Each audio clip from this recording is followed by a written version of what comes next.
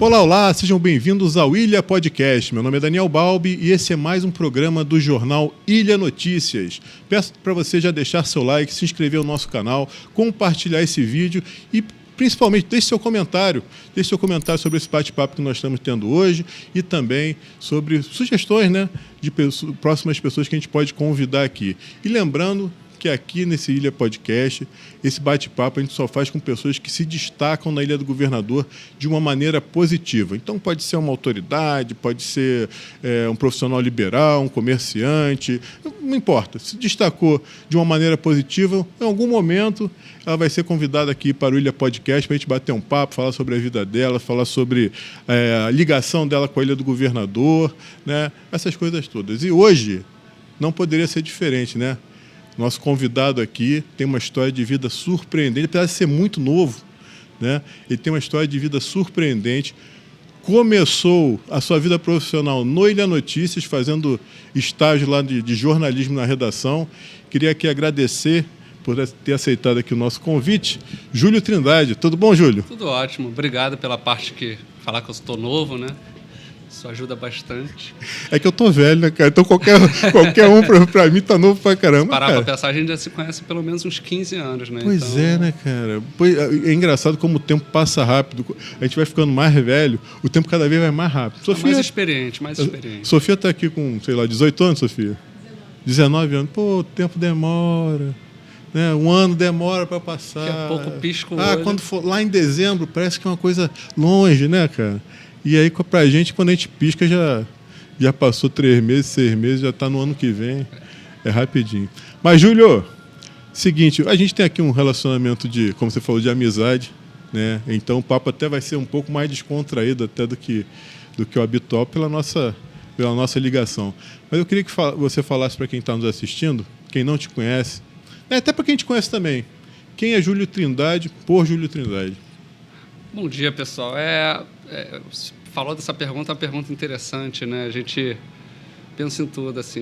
Eu acho que, antes de mais nada, eu sou um apaixonado pelo Rio de Janeiro, pela nossa Ilha do Governador, pela vida, acima de tudo. Bom, ele falou que eu sou novo, nem tanto, né? Tenho 36 anos, sou jornalista, também trabalho com música, sou DJ. Nascido e criado na Ilha do Governador, né? Tenho muito orgulho de falar que eu nasci no Paulino Werneck. Caraca! Depois de muito tempo, voltamos a ter nascidos na Ilha do Governador, né? Uhum. Isso é bacana. Criado no Morro do Dendê. Meus pais ainda moram lá, enfim. É isso, assim. Eu acho que o insulano apaixonado pela ilha melhor me define, né? Pô, que maravilha. É um insulano da gema, né? Nasceu na Ilha do Governador, que a gente pode chamar... A gente fala carioca da gema, quem nasceu na cidade do Rio, né? Então você é um insulano da gema. Maravilha. Então, Júlio, conta pra gente aí como é que foi essa tua infância, tua fase de adolescência, tua vida aqui na Ilha do Governador, onde é que você estudou, quais lugares você frequentava? Eu sou nascido e criado ali na igrejinha, no Dendê, né? Na igreja de Nossa Senhora de Fátima e, enfim, nascer numa favela, a gente não tem quintal em casa, então a gente adota os quintais que tem em volta. Eu adotei o quintal da Capela Nossa Senhora de Fátima, era a minha segunda casa, enfim, cresci ali, fui coroinha, crismando, tendo um ambiente da igreja católica como meu segundo lar, né? Estudei no Colégio Tauá, um colégio ali perto de casa, no Tauá, e fiz o ensino médio no Newton Braga. O meu avô, ele trabalhou nos anos 60, 70 na base aérea do Galeão. Ele era um civil da aeronáutica.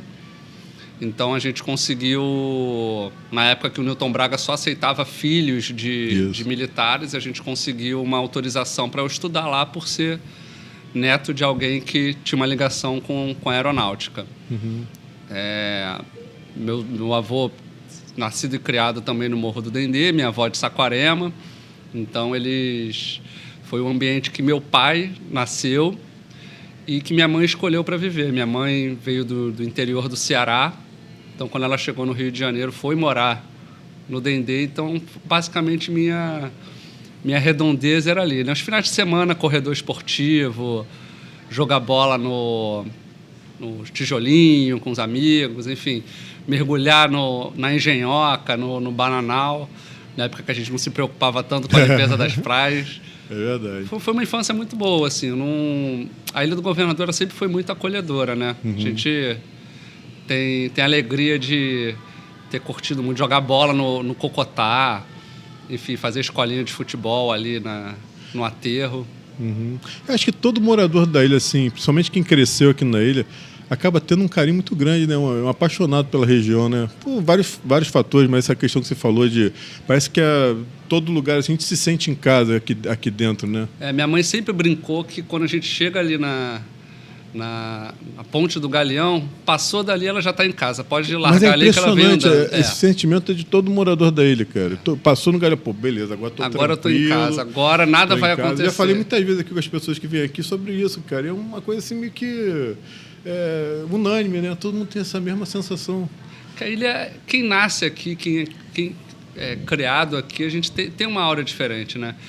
Apesar dos problemas que a ilha tem, são muitos, é um lugar apaixonante para se viver, né? E tem outra coisa, só pode falar mal da ilha quem mora na ilha. E olha lá. Não fala mal da minha ilha, não, hein?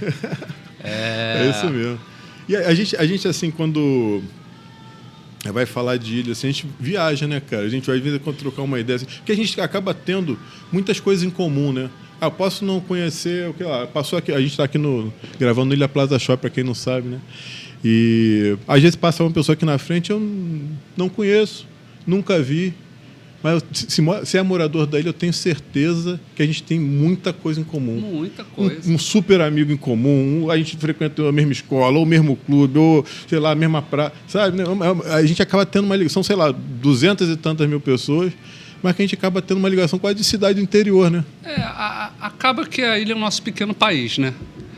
A gente tem as nossas figuras emblemáticas da Ilha do Governador, enfim, são várias, desde da Flora, do Cacuí, ao nosso Fábio Júnior. Fábio Júnior, vira e mexe, passa por aqui, canta uma musiquinha para o Isaac. O Isaac. Você falou do professor Gilberto, quem não conhece as histórias dele sobre a Ilha do Governador, enfim, um apaixonado pela ilha. E tem outras pessoas que vêm para cá contar as histórias da ilha, né? Porque é um lugar maravilhoso. Recentemente o Thiago Gomide veio contar a história da onça, da Pedra da Onça. Enfim, eu acho que a Ilha do Governador é isso. Ela é mais do que um lugar de nascença, é um lugar de encontro para muita gente, né? Um lugar diferenciado, né? A ilha... Acho que assim, na cidade a gente não tem um lugar que tem essa paixão tão grande pelo local como aqui a gente tem pela ilha, né? Talvez o pessoal da Tijuca também gosta muito ali, tá muito tijucano, mas assim, que nem aqui na ilha, acho difícil, cara, essa ligação que a gente tem. Paixão e orgulho, né? E tu vê que às vezes lá no jornal a gente tem como avaliar nas nossas redes, no site, de onde as pessoas estão vendo, né, as notícias e tudo, né? Tem aquelas informações que cedem pra gente, quem é administrador da página. E, pô, tem gente de fora, gente de outras cidades, outros estados, outros países, né? Então o cara às vezes fala, pô, tô com uma saudade da ilha, deixa eu dar uma olhada lá no Ilha Notícias, ver o que está acontecendo. Então, às vezes mandam mensagem pra gente, dizendo, pô, já morei aí e tal, pô, que saudade. Então realmente é uma região diferenciada. Isso. Mas voltando ao nosso relacionamento aqui, irmão, se a gente for deixar de falar de ilha aqui, a gente vai ficar para sempre aqui, né? A gente se conheceu lá no Ilha Notícias, né? Isso. Eu não lembro exatamente como você chegou, mas eu sei que você chegou lá estudante de jornalismo para fazer estágio de jornalismo lá na redação do jornal. E a gente sempre teve essa tradição, né, de receber muitos estudantes e ajudar, graças a Deus, assim, dar nossa contribuição, pequena contribuição na formação profissional da pessoa. Mas conta pra gente como é que você chegou lá no jornal e como é que foi esse período que você teve lá com a gente. Primeiro de tudo é isso, né? A ilha você tem suas referências, né? Você tem a referência do futebol, que é a nossa portuguesa, você tem a referência do samba, que é ali a União da Ilha, tem um Boi da Ilha, tem a Acadêmicos do Dendê, e você tem a referência do jornal, que sempre foi o Ilha Notícias, né? Mesmo quem não é consumidor a fundo de jornal, sempre teve contato com o Ilha Notícias em algum momento da vida. Recebeu o jornal, chegou em casa, pegou, leu num consultório, e eu não era diferente, né? Quando eu passei para jornalismo, uma das primeiras coisas que eu pensei, pô, agora eu posso trabalhar no Ilha Notícias. Primeiro, que era perto de casa. Segundo, que era para falar de algo que eu gosto. Era a tua realidade também, né? E terceiro, que era uma referência, era a nossa referência de jornal, né? Ainda é a referência de jornal. Então, eu lembro que, assim que eu entrei no primeiro período de jornalismo, apareceu uma vaga de estágio no Ilha Notícias. E era um estágio a partir do segundo período, se eu não me engano. E eu fiquei assim, poxa, mas vou perder essa oportunidade. Então, corri para mandar mensagem, mandei meu currículo na época. Enfim, eu entrei na faculdade um pouco mais velho, eu já tinha 20 anos, 21 anos. Então, já tinha um histórico profissional minimamente ali, áreas administrativas e tudo mais. E um dia minha mãe chegou em casa, minha mãe trabalhava num consultório aqui na ilha, falando que atendeu a Lani. Ah, sim. A esposa do Richard. A esposa do Richard. E eu falei com ela, poxa, mãe, eu acabei de mandar meu currículo para o Ilha Notícias, será que a Lani não consegue fazer uma ponte ali, você tem uma relação com ela? Não, vou falar com ela. Não sei se foi pelo currículo ou pelo que a Lani falou, mas me chamaram. E para mim, assim, foi ótimo. Porque eu consegui conciliar com a faculdade, que isso é uma grande dificuldade que a gente tem, né?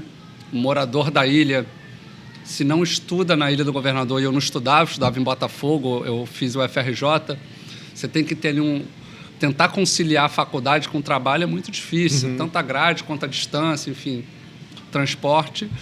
E foi uma experiência muito positiva. Eu aprendi mais eu fiquei 1 ano no Ilha Notícias.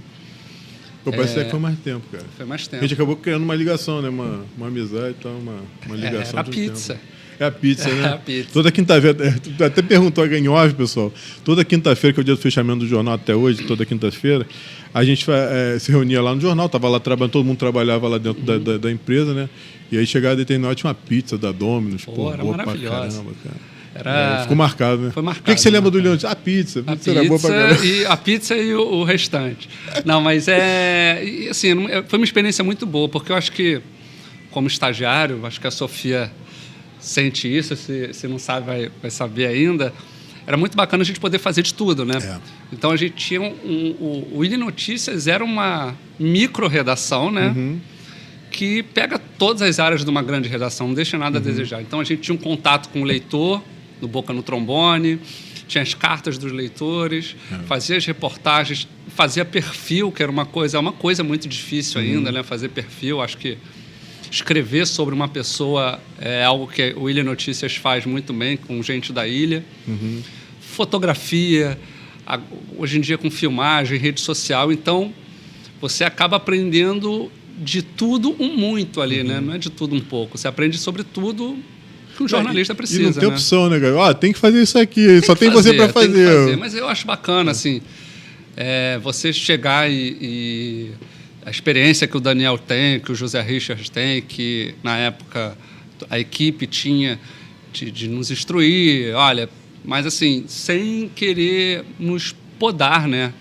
Era mais a instrução do que o faça do meu jeito, era guiar mesmo. Então, entregar uma câmera na mão de uma pessoa, vai, tira uma foto, o que você vê naquele momento, escreve dessa maneira. Eu acho que isso ajuda muito na construção profissional e ajudou muito na minha construção como jornalista, né?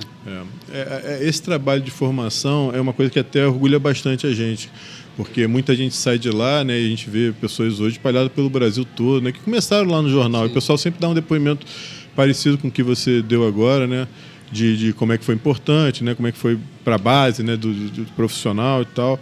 E é sempre bem... nos enche de satisfação, obviamente, né? Poder fazer essa parte ser parte importante na formação profissional das pessoas, né? Então realmente, até a gente estava falando com essa semana, toda segunda tem aquela reunião, né, de todo mundo do jornal reunido, né? E aí eu estou lembrando agora do fato que aconteceu segunda-feira passada, né, que o Richard falou com a Sofia, com o meu xará Daniel que está lá também no estádio.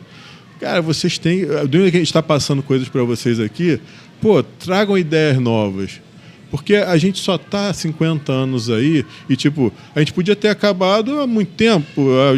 Surgiu a internet, por exemplo. Né? Hoje em dia, o jornal impresso é só um dos nossos braços, né? A gente tem Facebook, Instagram, grupo de WhatsApp, grupo no Telegram, tem site, surgiu uma maneira nova da gente passar informações para o morador da ilha e receber também para amplificar a voz. A gente está dentro. Então, essa força da juventude, das ideias novas, do que está sendo falado na faculdade, na formação, né, por pessoas que estão participando disso, professores e tudo, né, esse feedback também, a gente cresce muito com a galera que vai chegando mais nova lá, né? Nos dá também o fôlego e também nos atualiza, né, das coisas que estão acontecendo. Então é muito importante essa troca também. É importante também para a gente, enquanto profissional, no começo de carreira, ser ouvido. Acho que isso ajuda muito, né, na autoestima profissional que a gente tem que ter. Né? Não, e o estagiário lá participa de tudo, né? Desde a elaboração de pauta até a execução, como você falou, vai lá fazer a entrevista, vai lá tirar foto, vai não sei o quê. Aí depois a correção, depois explicar, ó, o teu texto tem que melhorar aqui, mostra onde é que está tendo os momentos, os pontos para serem modificados. Porque a linguagem de jornal... É diferente. Mas ela é muito simples. Todo mundo tem que entender. Um assunto, caraca, complicado. Mas a gente tem que fazer com que o texto seja simples o suficiente para todo mundo que pegar o jornal entender. Entendeu? Isso é uma coisa muito mastigada, ali, muito tranquila. Então não precisa de uma linguagem rebuscada ou técnica, né? Pelo contrário. Né? Então acho que isso...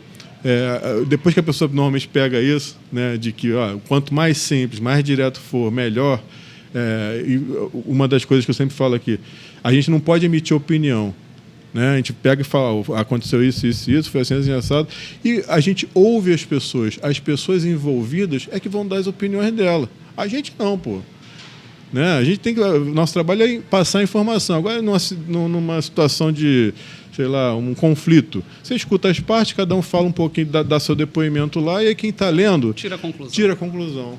Entendeu? Mas é isso. Bom, eu sou apaixonado pelo assunto também, pela ilha e pelo jornal, não tem né? Como, duas coisas que... E aí também é uma coisa que vai. Que eu gosto bastante. Mas assim, tu lembra matérias assim que tu tenha feito assim que te marcaram, assim, pessoas? Tem muitas, assim. Eu lembro do primeiro Gente da Ilha que eu fiz, que foi com a Rose. Lá na Rose. Na época, estava começando Comida de Boteco. Uhum. E, enfim, a gente fizemos algumas matérias com algumas pessoas do Comida de Boteco que participavam na ilha, e eu fiz um Gente da Ilha com a Rose, foi ótimo. Até pela parte da comida de boteco que ela serviu pra gente, então isso é maravilhoso. As melhores matérias, quando tem comida envolvida. Eu lembro que eu fiz uma também, que isso acho que foi a primeira matéria.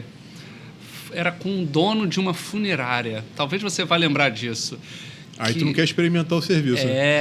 Era um dono de uma funerária e a grande e isso assim é o papel do jornalista, né? Isso foi muito desafio. Era assim, vá fazer um Gente da Ilha com ele. E não era, não sei se você está me vendo, você me desculpa, mas não tinha uma história assim muito relevante. A maior relevância dele é que anos antes ele salvou uma pessoa com um arpão na cabeça. Sim.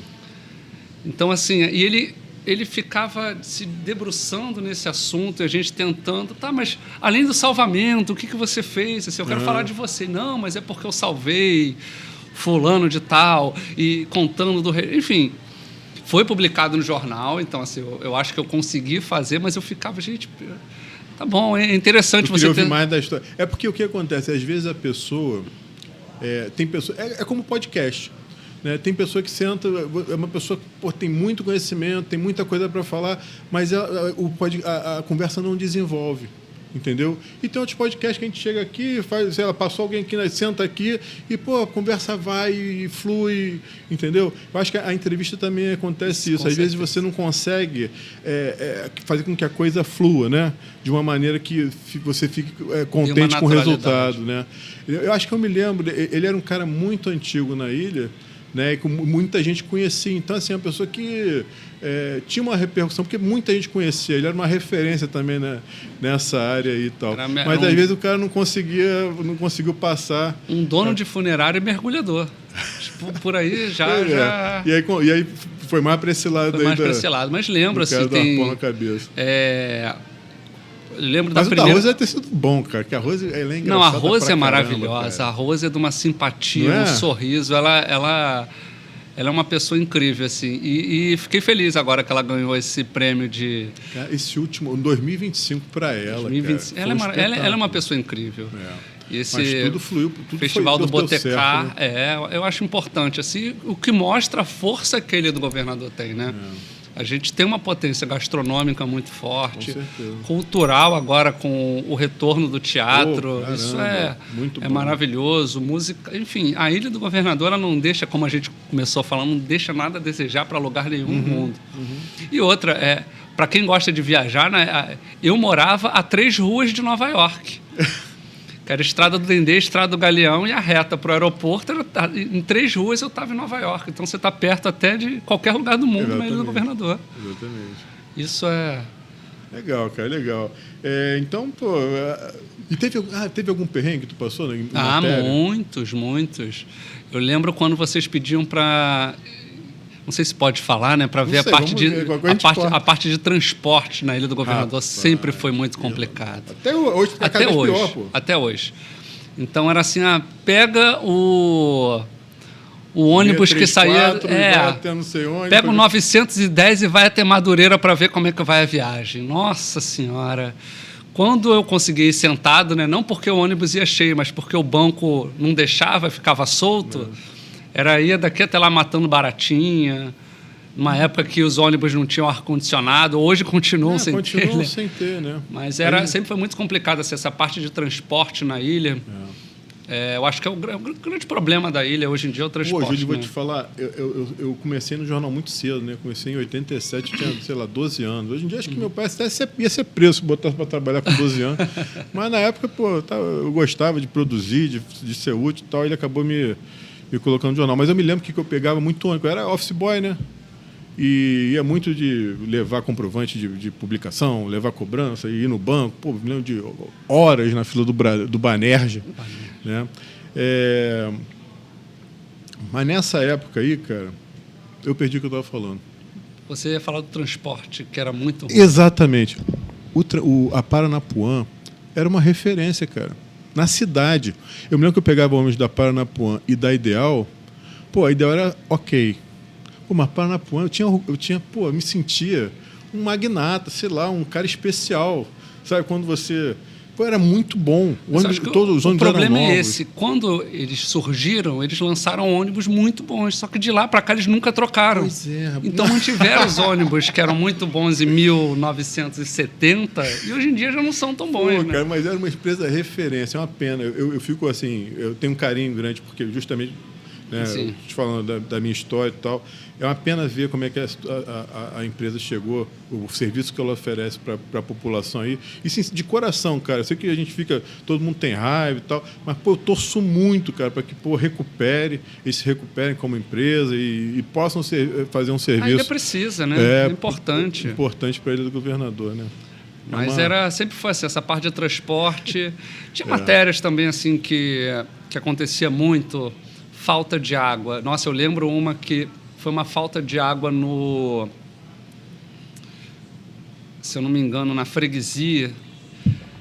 E vocês marcaram uma entrevista com uma moradora, só que ela morava no alto de uma ladeira gigantesca. E era um dia que estava um calor, e marcaram 9 da manhã e ter que subir. E eu trabalhava de calça, né? Tinha que bonitinho nas entrevistas. Nossa, aquele dia foi...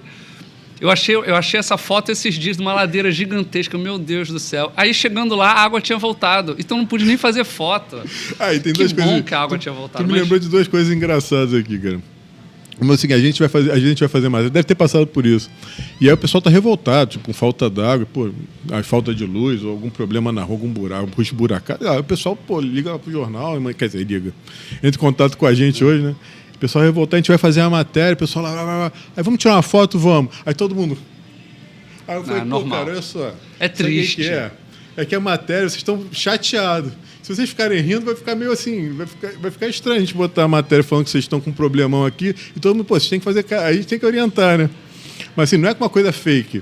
É porque acho que é natural do ser humano. Ver tipo assim, vai tirar foto e todo mundo, pô, peraí, deixa eu estufar o peito, dar um sorrisão, mandar um joinha. A gente cresce lendo placa de sorrir, você está sendo filmado, que quando a gente quer filmado, a gente quer sorrir, né? É isso aí. E vem cá, quem era editor na época do jornal? Era a Juliana? Eu acho que era a Juliana. Né? Tinha o Gustavo, que cuidava do design. Tinha o Dudu, botafoguense também, que cuidava da rede social. É verdade. Era o nosso pequeno, grande time, né? É isso aí. Maurício Na arte. na lá. arte, e eram nós 4. É isso aí. Eu acho que eu tava tentando lembrar quem é que estava na editora. Acho que era Juliana Araújo. Né? Juliana Araújo, É né? isso aí. Boa lembrança. E depois que você saiu do jornal, cara, o que você foi fazer? Rapaz, eu fiquei no jornal 1 ano. Depois eu fiquei aquele período da faculdade que você quer tentar se formar logo, então puxei ali trocentas matérias num período só. E aí saí do jornalismo um tempo, recebi convite para ser gerente de um cinema. Isso foi uma experiência bacana também, do Cinema Estação.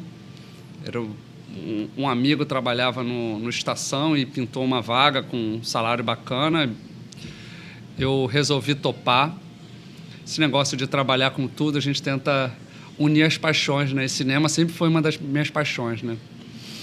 Meu primeiro emprego foi numa locadora, então... Pô, conhece pra caramba de filme, então, né? Pô, dá uma dica aí. Era É bem só chegar assim. no locador, né?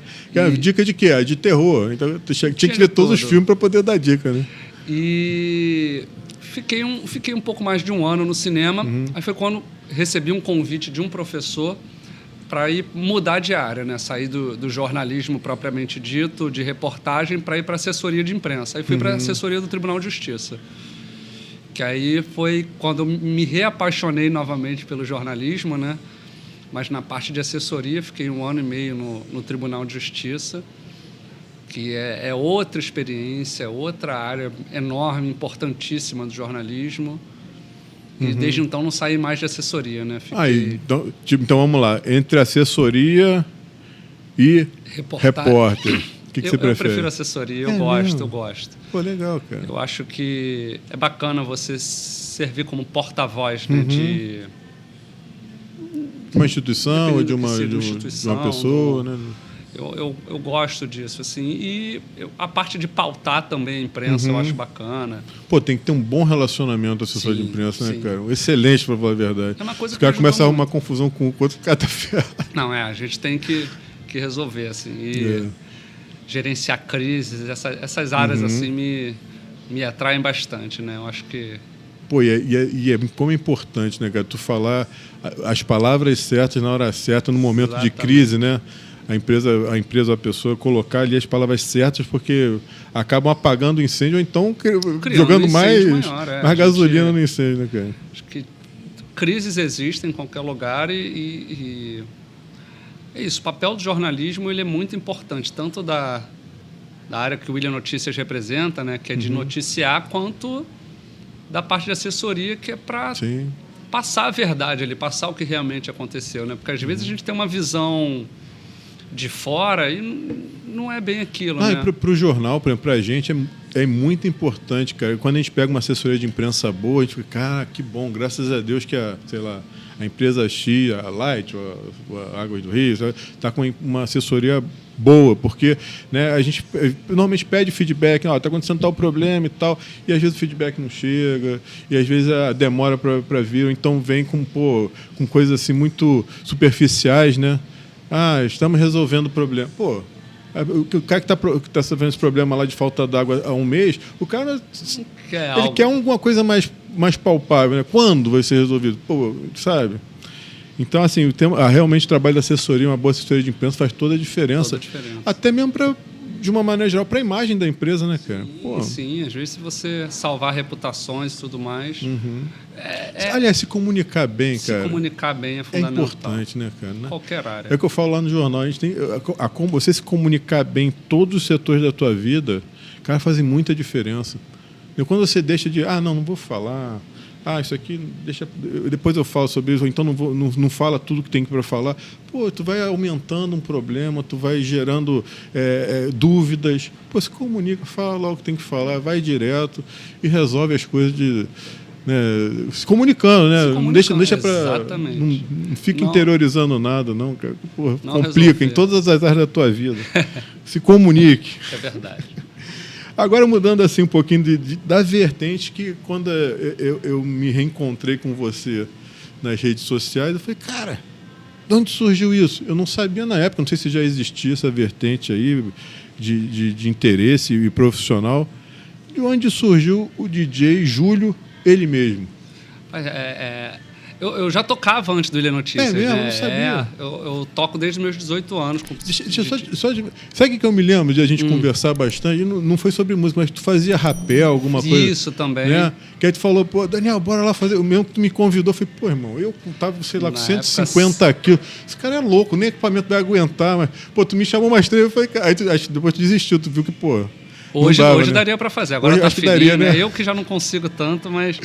Mas tu Sim, fazia também. Né? Praticava rapel com o pessoal aqui da Ilha do Governador. Mas ia nos principais pontos aqui da cidade, A né? gente fez Pão de Açúcar. Eu me lembro tu me contando, eu falei, cara, que da maneira, cara. Mas tinha que ter coragem também, né? E acaba que DJ também tem que ter coragem, né? Porque conta aí, enfrentar então, a noite. Essa tua via musical. Eu tocava desde garoto, assim, 18 anos. Já gostava disso, né? Música, colocar o pessoal para dançar, para se divertir.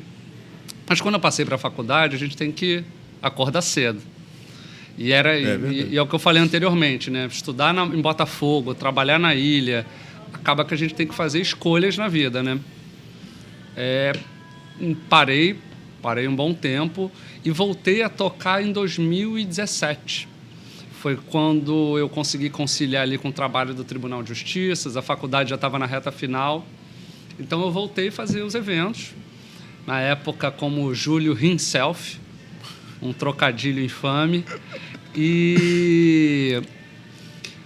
Só que aí veio a pandemia. Uhum. De 2017 até 2020, eu me dediquei bastante ao trabalho de DJ. Fiz alguns eventos, fiz shows grandes, toquei com Chitãozinho Chororó, Roupa Nova,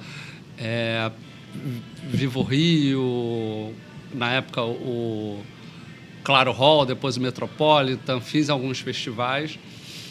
E quando veio a pandemia, e assim, que tudo se paralisou, né? Foi um período muito ruim para o trabalhador da cultura. Afetou muito, né? Eu comecei a fazer lives para ficar em casa, para me distrair, né? Uhum. Eu trabalhava com uma outra coisa, acho que a gente pode falar posteriormente, e as lives elas me ajudaram a ampliar um pouco o público, né? Quando terminou a pandemia, eu dei uma virada de chave. Eu acho que o Rio de Janeiro como um todo, culturalmente, parou a não querer mais ir madrugada dentro e começamos a ter eventos que começavam mais cedo e terminavam mais cedo. Uhum. E eu comecei a fazer esses eventos, muita roda de samba, ainda com um certo distanciamento, pessoas sentadas e tudo mais. Calhou de eu ser convidado para cuidar da parte de música de um bar na Gamboa. E esse bar veio se tornar, foi eleito o melhor bar do Brasil pela Time Out, que é uma revista de Londres. Bafo da Prainha. Bafo da Prainha. Bafo da Prainha. Ali no Largo de São Francisco da Prainha, região da Pedra do Sal, da Pequena África. E foi um movimento muito grande. Aquilo me deu uma projeção gigantesca, assim, de receber convite para tocar em lançamento de carro da Audi até tocar na Espanha, por causa dessa região. E calhou de eu começar a fazer uma roda de samba no Amarelinho da Cinelândia, com o Moacir Luiz e o Samba do Trabalhador. E nessa parte de assessoria de imprensa, né, que eu já trabalhava, com bom relacionamento com os jornalistas, eu consegui colocar uma nota no jornal para anunciar o primeiro samba, com o Anselmo Góes, colunista do Jornal Globo. E o Anselmo, ele tem uma coisa que é odiar termos em inglês. Ele não gosta de termos em inglês. Então eu botei lá o meu... Júlio himself. Botei Júlio himself, ele achou horrível e colocou Júlio ele mesmo. Cara, ficou melhor. E entre parênteses, himself é o cacete. Então, assim, ele me renomeou. Foi ótimo, porque eu já acho que já não estava condizendo com o momento que eu queria levar a brasilidade, samba, música, ter nada em inglês. E ficou o Júlio ele mesmo. Ficou bom. Acabou que foi uma boa virada de chave, assim. Pois é, então. Aí quando eu comecei a te acompanhar nas redes, eu falei, caraca, cara, ele não só trabalha como DJ, mas é um DJ, pô, de renome, é um cara reconhecido, é um cara que de destaque no cenário, né? falei, pô, que bacana, eu não conhecia essa tua veia. Então, eu fiquei muito assim, feliz, né? Por como a gente fica feliz por um amigo e tal, né? E surpreso, né? Porque eu realmente não tinha essa noção, né, do trabalho que você fazia com a música. Mas você toca alguma coisa específica, algum gênero específico do que está tocando no momento? Foi um sucesso? Eu sempre foco em brasilidade. Eu gosto de música brasileira como um todo. Então, desde o funk, e assim, não tenho critério com o funk, do funk antigo ao funk atual. Do lugar que você vai, ou tu tem teu repertório? Na verdade, não. Assim, eu acho que as pessoas me chamam já com... É claro, assim... Por exemplo, o último entrevistado que foi o Elimar Santos. Sim. Eu cheguei a fazer um show com o Elimar Santos. Ali não cabe tocar um funk atual, né? Mas a gente mantém sempre aquela linha ali de samba. Basicamente, o que eu toco é samba e MPB. Colocando uma pitadinha ou outra aqui de outros gêneros, mas é samba e MPB. A galera que trabalha com a noite, né? Eu já conversei com algumas pessoas aqui, inclusive... Né? Normalmente tem história, né, cara? Porque, a noite é uma loucura, né, cara? Porque o pessoal que bebe um pouquinho mais, coisas inacreditáveis acontecem. Tem alguma história assim engraçada, pitoresca? Nossa, muitas. Alguma assim que tu fica, caraca, essa aqui vale a pena contar. Recentemente, eu toquei no Espanta, ali na Marina da Glória, e o Toninho Gerais, que é um sambista maravilhoso, querido, estava comigo no camarim conversando, a gente ficou ali bebendo e conversando, ele perdeu a hora do show dele. Contando as histórias ali, ele subiu no palco. Uma outra que foi um show do Molejo, eu fui fazer um show do Molejo no centro, estou lá tocando e tal, o Molejo está no palco, daqui a pouco passa por trás de mim o compadre Washington, do El Chan. Caraca, do nada. Ele perdeu o voo, ficou sabendo que o Molejo estava fazendo um show ali perto e resolveu aparecer no show. E do nada ele subiu no palco para cantar. E começou a cantar as músicas do Chan, enfim, aquela loucura. Do nada você não espera. Cara, que maneiro, né? E fomos pro camarim, só que ele estava alucinado. Chegou no momento que ele me puxou para tirar uma foto com ele. Aí tem uma foto que eu tô sentado no colo do compadre Washington. Que isso? Isso é terrível. Muita coisa de ordinária. Muito aleatório, né, Muito cara? aleatório. Muito aleatório. Rolês aleatórios. Tem outros tantos. Quando fui convidado para fazer a turnê Evidências com Chitãozinho e Chororó, acho que foi bem bacana. Assim, o produtor, ele viu uma playlist minha de sertanejo antigo que eu cresci ouvindo e me convidou para tocar. Quando ele chegou e me viu novo na época, acho que eu tinha 28 anos, ele não acreditou. Como que você conhece esse tipo de música? Você, Tunico e Tinoco, Liu e Léo, Rio Negro e Solimões. Eu cresci ouvindo. Aquela playlist não era para os outros, não. Era uma playlist minha para ouvir em casa, ali arrumando a sala. Obrigado. E fiz a turnê, foi incrível. Interessante, quando a gente foi no camarim, obviamente, tirar foto com eles, né? A única restrição era proibido perguntar de Sandy Júnior. Para mim foi terrível não poder perguntar de Sandy Júnior, porque... Faz parte do teu...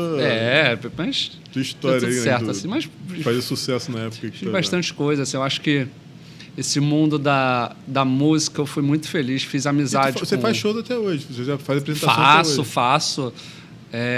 Semana passada eu fiz o Espanta, né, com o Arlindinho, com o Toninho Gerais, com o Naldo Bene apareceu no palco, assim. Só falta o Ronaldinho Gaúcho aparecer também. Não, qualquer hora dessas é capaz de acontecer. Agora no Carnaval eu volto, eu faço há 4 anos eu faço o Carnaval do Bafo da Prainha, ali desde a pandemia a gente faz um evento bacana. Vou tocar no camarote do Sesc na Apoteose. Faço alguns shows assim com frequência. Fiz agora o fim de um ano numa cidade do interior, em Varriçai.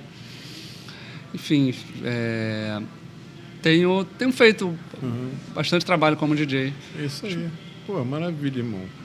Surpreendente para mim de cara assim, mas, cara, fiquei muito feliz mesmo de ver como você obteve sucesso aí numa nova, totalmente diferente, né? Conheci como jornalista, né? Fazia rapel, aí de repente, o cara te destacando na música, no cenário musical. A gente que nasce pobre tem que jogar nas 11. Eu sempre tentei fazer de tudo um pouco, mas uma coisa que eu aprendi é tentar fazer de tudo que eu gosto, pelo menos. Então, sempre gostei de música, sempre gostei de escrever, sempre gostei de jornalismo. Infelizmente, ainda não procurei nada que me dê dinheiro, né? Porque trabalhar e o dinheiro não entra, mas Bom, pelo menos é divertido. Depois tu me fala como é que é esse esquema que dá Não é dinheiro trabalhando, não Não é é, trabalhando, né? definitivamente não é trabalhando. Mas a gente tenta Desculpa. se divertir com tudo e é isso, trabalhar com... Então, um cara que sempre teve uma energia muito alta, assim, tu sempre teve uma energia boa, assim, né, sempre de fazer meio comediante, meio fazer uma piadinha aqui, deixar o ambiente mais leve, mais agradável, né? Sempre teve essa característica aí. Convenhamos, né? Beleza nunca foi meu forte. A gente que quer namorar, se a gente não fizer outra pessoa rir, não vai ser pela beleza que a gente vai ganhar. Então a gente ganha na risada, né? Ganhava, porque agora eu sou casado, né? Então a gente tem que ser também.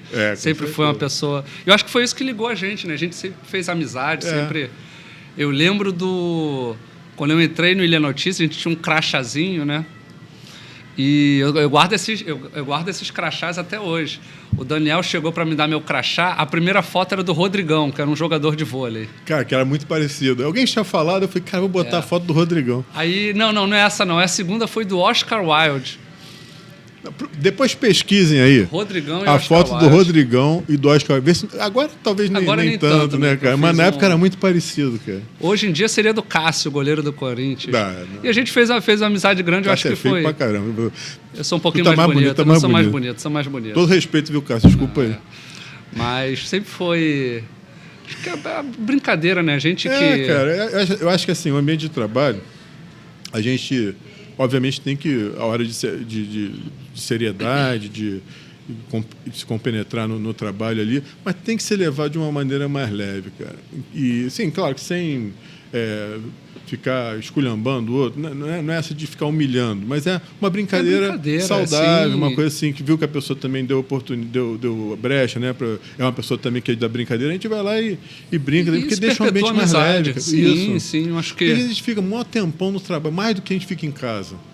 Pô, tem que ser um ambiente bom, cara. Não, eu acho que sempre foi o que tornou mais fácil ali o ambiente do Ilha Notícias. A gente tinha essa brecha de brincadeiras. É claro, o Richard, mesmo daquele jeito gauchão, dele, ele sempre foi um cara muito bem-humorado, Mas sabe que eu até falo disso quando lá em casa, meu pai é da zoeira, né? Ele também é um cara mais... tem o humor dele lá.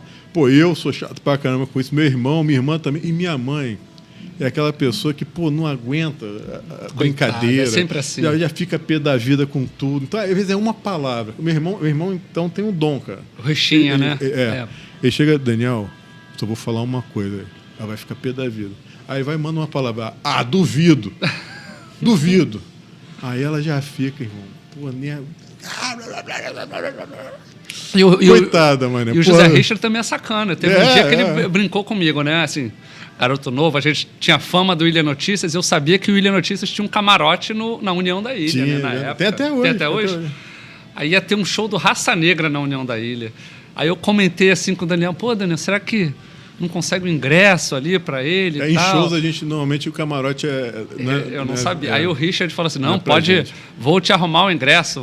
Cara, então ele preparou um envelope, escreveu o meu nome em mãos para Júlio, lacrou o envelope e me entregou assim o envelope. Quando eu fui abrir, tinha um papel escrito de jornal, vale um camarote com balde de cerveja com não sei o que lá. Acabou que depois ele deu o ingresso, foi um show maravilhoso, mas eu acho que é isso, é um ambiente divertido. Acho que a gente tem que tentar tornar as coisas mais leves. Ali tem história. Irmão, deixa eu te contar uma coisa que a gente perdeu o contato por um tempo, né? Sim. Coisa da vida, né? Você seguiu para um lado, seguiu aqui no jornal, e a gente acaba não tendo mais aquele contato permanente, né, que a gente tinha lá no jornal, né? E a gente acaba depois se encontrando, como a gente acabou se encontrando. Mas o meu encontro com você foi uma coisa assim que eu fiquei muito assustado, muito abalado no momento, porque eu estava vendo as redes sociais e eu não sei se a gente tinha amizade em alguma rede, mas eu também, né? Mas eu vi uma postagem de alguém falando de você, né? Pô, não sei quem lá, aconteceu isso. Aí eu conheço esse cara aqui, né? E aí eu fiquei, aí entrei na postagem e aí vi que você né, estava passando por um momento de saúde muito delicado. Sim. Né? E, assim, era difícil de obter informações, até porque como a gente não tinha, eu acho que não tinha mais esse contato mais próximo, né? Mas ao mesmo tempo fica, querendo saber sobre o amigo, sobre o que aconteceu e tudo. E aí comecei a ler, comecei a vir para cá e tal, para lá. E eu falei, rapaz, o que aconteceu com o Júlio, cara? Aí, na primeira coisa que passou na minha cabeça, foi esse negócio de rapel, cara. Ele estava lá fazendo rapel, deve ter soltado, se estabacou lá, aquela coisa toda. Né? E fiquei um tempo. Aí eu nem fazer, eu não queria ser invasivo, né? De chegar e, do nada, cara, há anos a gente não se fala. Júlio, o que aconteceu com você? Me conta. Né? Eu fiquei, assim, preocupado, né? E ao mesmo tempo sem entender direito o que estava acontecendo, se podia ajudar e tal. E as coisas foram se esclarecendo aos poucos. Depois a gente começou a trocar informações, você me contou, né, tudo que aconteceu contigo. E, cara, que experiência e que exemplo de vida, cara, de superação, irmão. Eu queria que você falasse para quem está nos assistindo agora, né, o que aconteceu, né, eu não estou entrando em detalhes aqui para deixar você, com as suas palavras, falar o que ocorreu. O que aconteceu aí nesse problema de saúde que você teve? Bom, voltando um pouco antes do problema, né, eu conversei com minha esposa, a gente decidiu engravidar. Vamos ser pais, eu acho que estava um momento bacana, então a gente resolveu investigar tudo relacionado à nossa saúde, né, saber se estavam saudáveis. E eu descobri que eu estava com uma apneia, que era um momento que eu ficava sem respirar na noite, uma coisinha pouca, vou investigar isso e precisava fazer uma cirurgia ortognática para tratar dessa apneia. Escolhi um bom cirurgião, um especialista da área, enfim, e fui fazer essa cirurgia. Era uma cirurgia simples, eletiva. Eu entrava num dia no hospital, fazia a cirurgia, saía no outro dia, um período de recuperação. Só que acabou que eu peguei uma bactéria hospitalar. Essa bactéria, num primeiro momento, ela me deixou com falta de ar e não fui diagnosticado logo de cara com essa bactéria. Ela danificou meu pulmão, prejudicou a respiração e durante 24 horas que eu estava desenvolvendo uma infecção, uma sepse, uma infecção generalizada, o hospital tratou como se fosse uma crise de ansiedade. Uhum. Não está conseguindo respirar porque acabou de operar, porque está ansioso, enfim. Não foi uma conduta muito correta. Em 24 horas o meu pulmão parou, tive paradas cardíacas, a infecção ela se alastrou muito rápido. E eu precisei usar o ECMO, que é um respirador, um pulmão artificial. Só que, como foi algo muito rápido, por conta desse mau diagnóstico no começo, né, muita coisa no meu organismo parou. Então, eu tive a parada cardíaca, tive 2 paradas cardíacas, fiquei 7 minutos morto, digamos assim. 7 minutos? 7 minutos. Sangramento por todo o cérebro, o pulmão parou, aí depois vem rim, medula, estômago, e eu tive trombose por todo o corpo, que resultou na falta de oxigenação nas extremidades. Precisei ficar internado na UTI, consegui ser transferido de hospital e fui transferido para a Rede D'Or, graças a liminar judicial, enfim, todos esses trâmites. Só que chegou num ponto que o meu corpo todo estava falhando, né? Fiquei em coma, entre desacordado e coma, fiquei 40 dias apagado e sofri as amputações, né? Hoje eu sou amputado da perna esquerda, amputado parcialmente do pé direito, parte da mão, mas acho que a maior dificuldade mesmo nesse período foi não curtir ali a reta final da gestação do meu filho, né? Minha esposa estava grávida de 7 meses, então esses últimos 2 meses, 3 meses de gestação, né, de 6 para 7, esses últimos 3 meses foi num leito de UTI, ou na cama, sem perna. Como eu fiquei muito tempo desacordado, eu perdi muita massa, então em 1 mês eu perdi 30 quilos. E foi complicado, foi isso, né? Foi muito rápido. Eu estava bem num dia. Para você ter uma noção, a gente casou no civil 1 semana antes da cirurgia.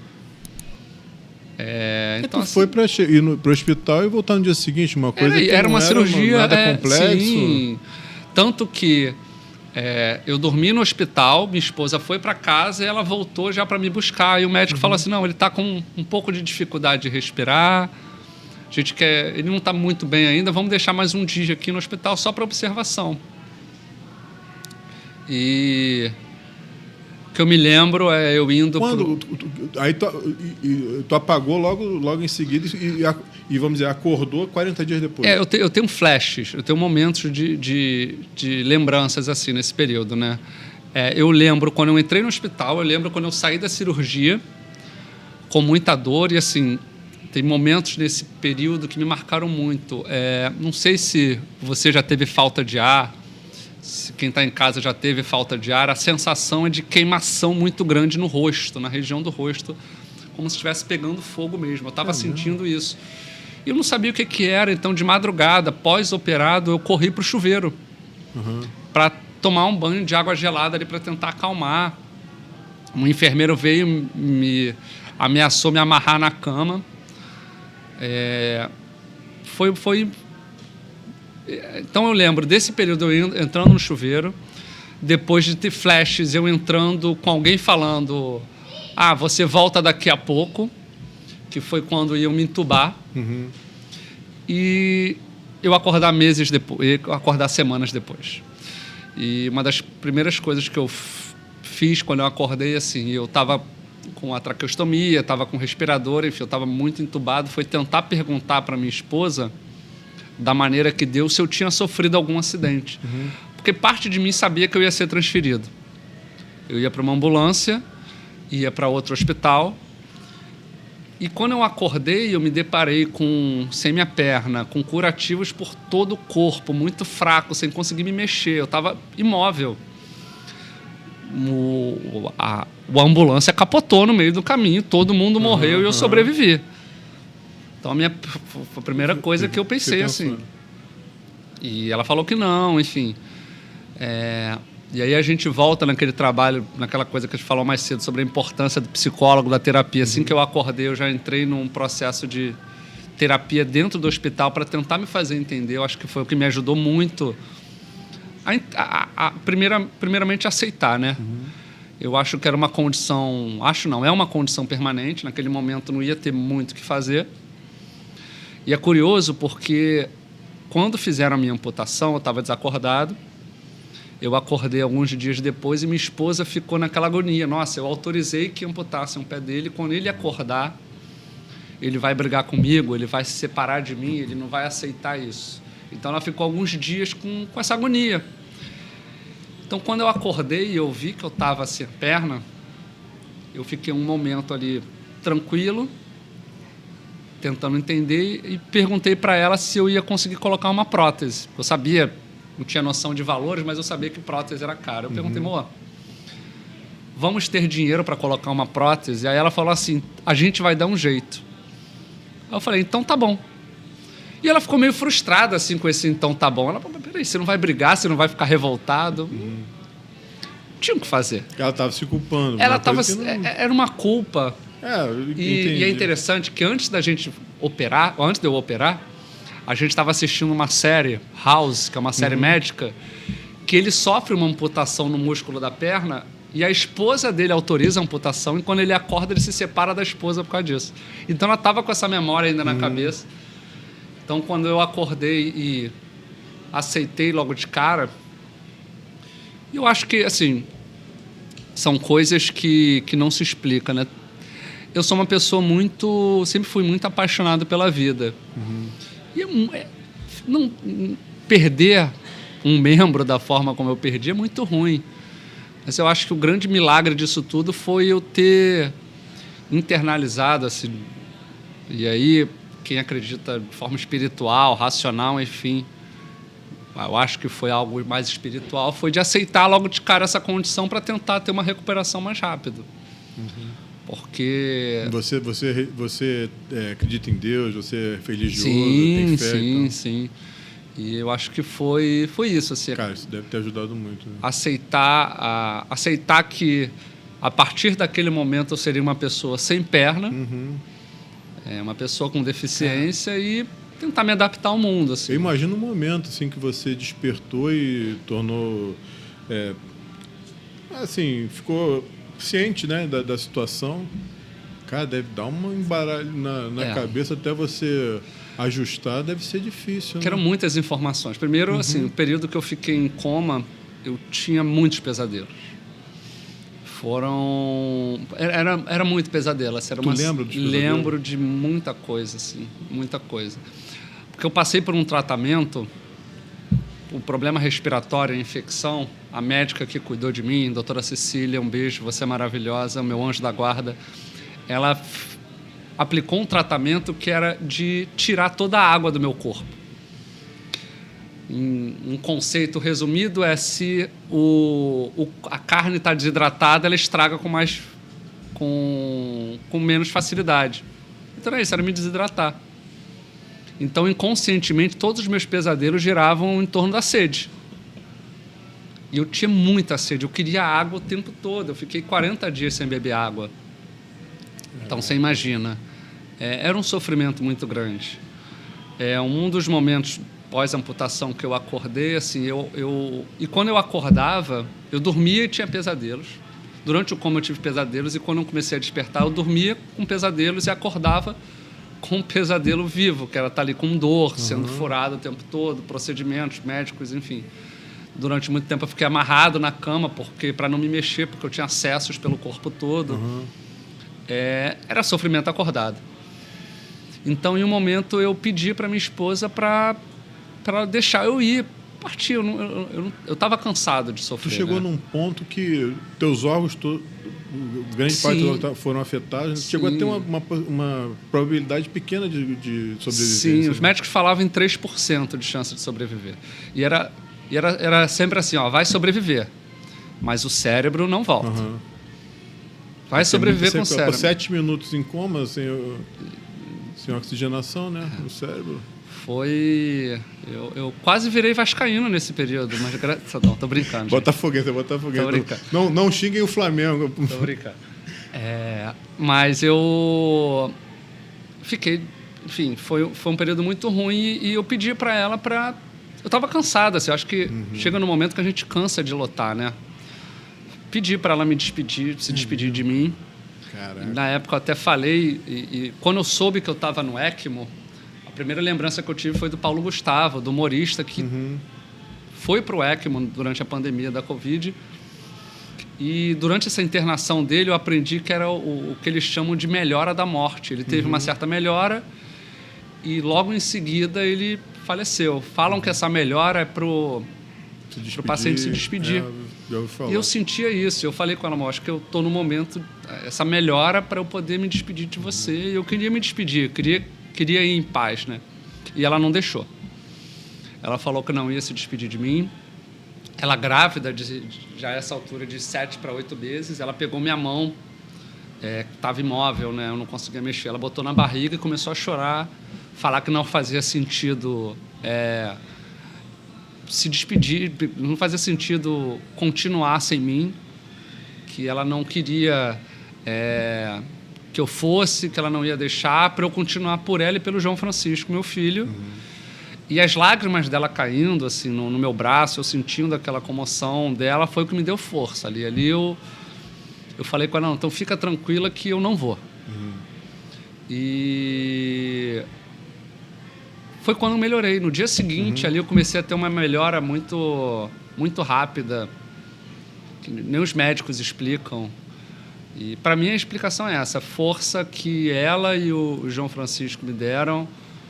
Pô, e vou te falar, assim, eu nunca tinha pensado por esse lado, porque às vezes, sei lá, a gente não vivencia, não consegue se colocar. Mas agora você contando a situação toda, ela deve ter sido a pessoa... Ela teve que ser muito forte. Muito. E até, de certo ponto, ter uma certa frieza para fazer as coisas certas. Porque, por exemplo, você pegou ali, quando foi fazer a cirurgia, você apagou e foi acordar.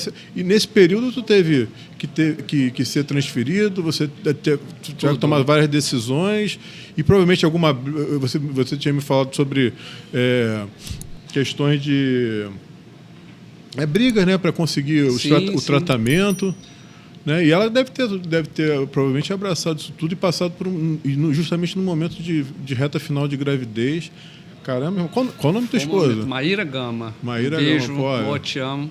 Caramba, não é qualquer um que encontra uma Maíra Gama na vida, não. Com certeza, eu sou um privilegiado. Foi, e assim, eu acho que nada acontece por acaso, né? Uma semana antes, eu casei com a Maíra oficialmente no civil. A gente já era casado, já tinha feito festa, enfim, anos antes, mas eu resolvi casar no papel. Uhum. A gente tinha acabado de comprar um apartamento, nosso filho ia nascer, eu falei, olha, vamos regularizar tudo, vamos casar no civil. E isso foi crucial, porque, legalmente falando, se eu não fosse casado com ela no civil, quem iria responder por mim era minha mãe. E eu acho que minha mãe não ia ter o emocional para fazer algumas coisas que a Maíra fez. Então, mais do que cuidar da parte jurídica, é claro, a gente teve o apoio de várias pessoas, tanto da família, amigos, políticos que ajudaram, pessoas ligadas ao jurídico, procuradoria, enfim, para a parte de transferência, a parte jurídica, mas também de tomar as decisões certas e assinar as decisões certas. Porque você imagina, eu estava desacordado. O médico só poderia fazer minha amputação com a assinatura dela. Teve um momento de um tratamento que a doutora Cecília procurou ela e falou, olha, eu vou preciso fazer uma manobra e essa manobra pode causar um sangramento muito grande nele e ele já está com hemorragia. Então, pode ser que ele sangre até morrer. E ela falou assim, não, e qual que é a outra solução? Ela, não tem outra solução. Ou a gente faz isso e talvez ele morra, ou a gente não faz nada e ele vai com certeza morrer. Então, assim, é uma decisão... Você imagina, ou ele morre muito pior do que ele morreria já naturalmente, ou ele vai morrer. E ela tem a frieza, e assim, uma frieza durante uma gestação. Pô, tá louco. E outras coisas. Chegou no momento, quando ela viu que eu já estava fora de perigo, assim, ela pensou, cara, ele está sem a perna.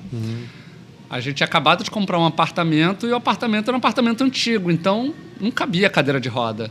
Ela resolveu adaptar todo o apartamento. Então, ela fez uma obra no nosso apartamento para, quando eu saísse do hospital, eu conseguir me locomover com cadeira de rodas. Então, assim, abrir sala, abrir porta de cozinha, adaptar o banheiro, que é muito importante. Lidar com a reta final de gestação. Lidar com a parte financeira também, porque de uma hora para outra, os gastos... A gente não tinha dinheiro nenhum na reserva. E, assim, eram gastos... De milhares de reais diariamente. E organizar visita, e ver quem eram as pessoas importantes para mim, que eu gostaria de receber, e ter todo dia alguém para dormir comigo, porque é isso, apesar de estar num bom hospital, estar numa UTI, muitas coisas poderiam acontecer de madrugada e eram questões de segundos. Então sempre tinha... muito importante. Sempre tinha alguém dormindo comigo. Sejam meus amigos. Ela, durante muito tempo, dormiu, mesmo barriguda, dormia deitada naquelas cadeiras de hospital, depois, quando eu fui para o quarto, deitada num sofá. Então, assim, foi um período muito difícil, né? Para ela, para mim, para a família toda, né? Você chegou a ter alguma experiência espiritual nesse período? Então, eu até relatei isso há um tempo, saiu até uma matéria no Jornal Extra sobre isso. Não sei explicar se foi espiritual ou não. Eu até falei, isso pode ter sido espiritual, pode ter sido por conta da sedação, mas, enfim, em algum momento eu me via no corpo de outra pessoa. E não sei se você já viu o filme Quero Ser John Malkovich. Sim. É um filme ótimo com John Cusack, que ele...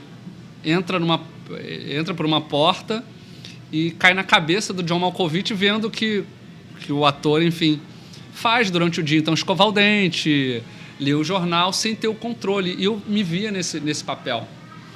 Eu me via na cabeça de uma pessoa, de um homem negro. Eu lembro de algumas coisas, assim, no tipo, ele sentado num sofá, tentando ligar o ar-condicionado. Eu não conseguia ligar o ar-condicionado, porque eu não conseguia mexer. Eu era um mero espectador na cabeça de outra pessoa. Ele indo trabalhar num escritório que tinha uma janela muito grande atrás dele, uma janela que dava para algo parecido com São Paulo. Triste, né? Já pensou? Na encarnação e reencarnação paulista. Não, nada contra os paulistas, mas assim, nascido e criado na Ilha do Governador, um visual desse, ter prédio como visual, era muito triste. E eu me via na cabeça dessa pessoa constantemente. Não era algo... Foi um sonho ou dois. Era algo que... Recorrente. Em vários momentos eu me via na cabeça dessa pessoa, acordava. E tu entendi, tipo assim, entendi o pensamento dela também? Era como não, eu apenas... Como fosse um observador. Era um observador. Chegou num momento que eu aceitei aquilo. Eu estava já meio que aceitando que ali seria minha nova vida. Eu até brinco com minha esposa, esse homem, ele namorava uma mulher loura, um casado, enfim, bonita até, pelo menos estarei com uma pessoa bem afeiçoada do outro lado. E era uma... Assim, não sei explicar quando acabou nem quando começou, mas foi... Eu nunca tinha escutado um relato assim, cara. Porque assim, quando a pessoa chega próxima à morte, né, eu já vi muitos relatos assim espirituais, mesmo, de experiências espirituais e tudo, né, que a pessoa relata e tal. Mas assim, como você está falando agora, nunca escutei, cara. Não lembro de ter escutado nada parecido, né? Realmente uma... Eu não sei, aí é o que eu falo, né? Eu sou uma pessoa crente e cética em muitas coisas. Não sei se foi por causa dos remédios, não sei se foi algo que aconteceu num curto período e na minha cabeça isso se desfez em vários momentos. Ou se foi algo espiritual. Assim, eu acho que durante a internação muita coisa espiritual aconteceu com diversas pessoas. É mesmo?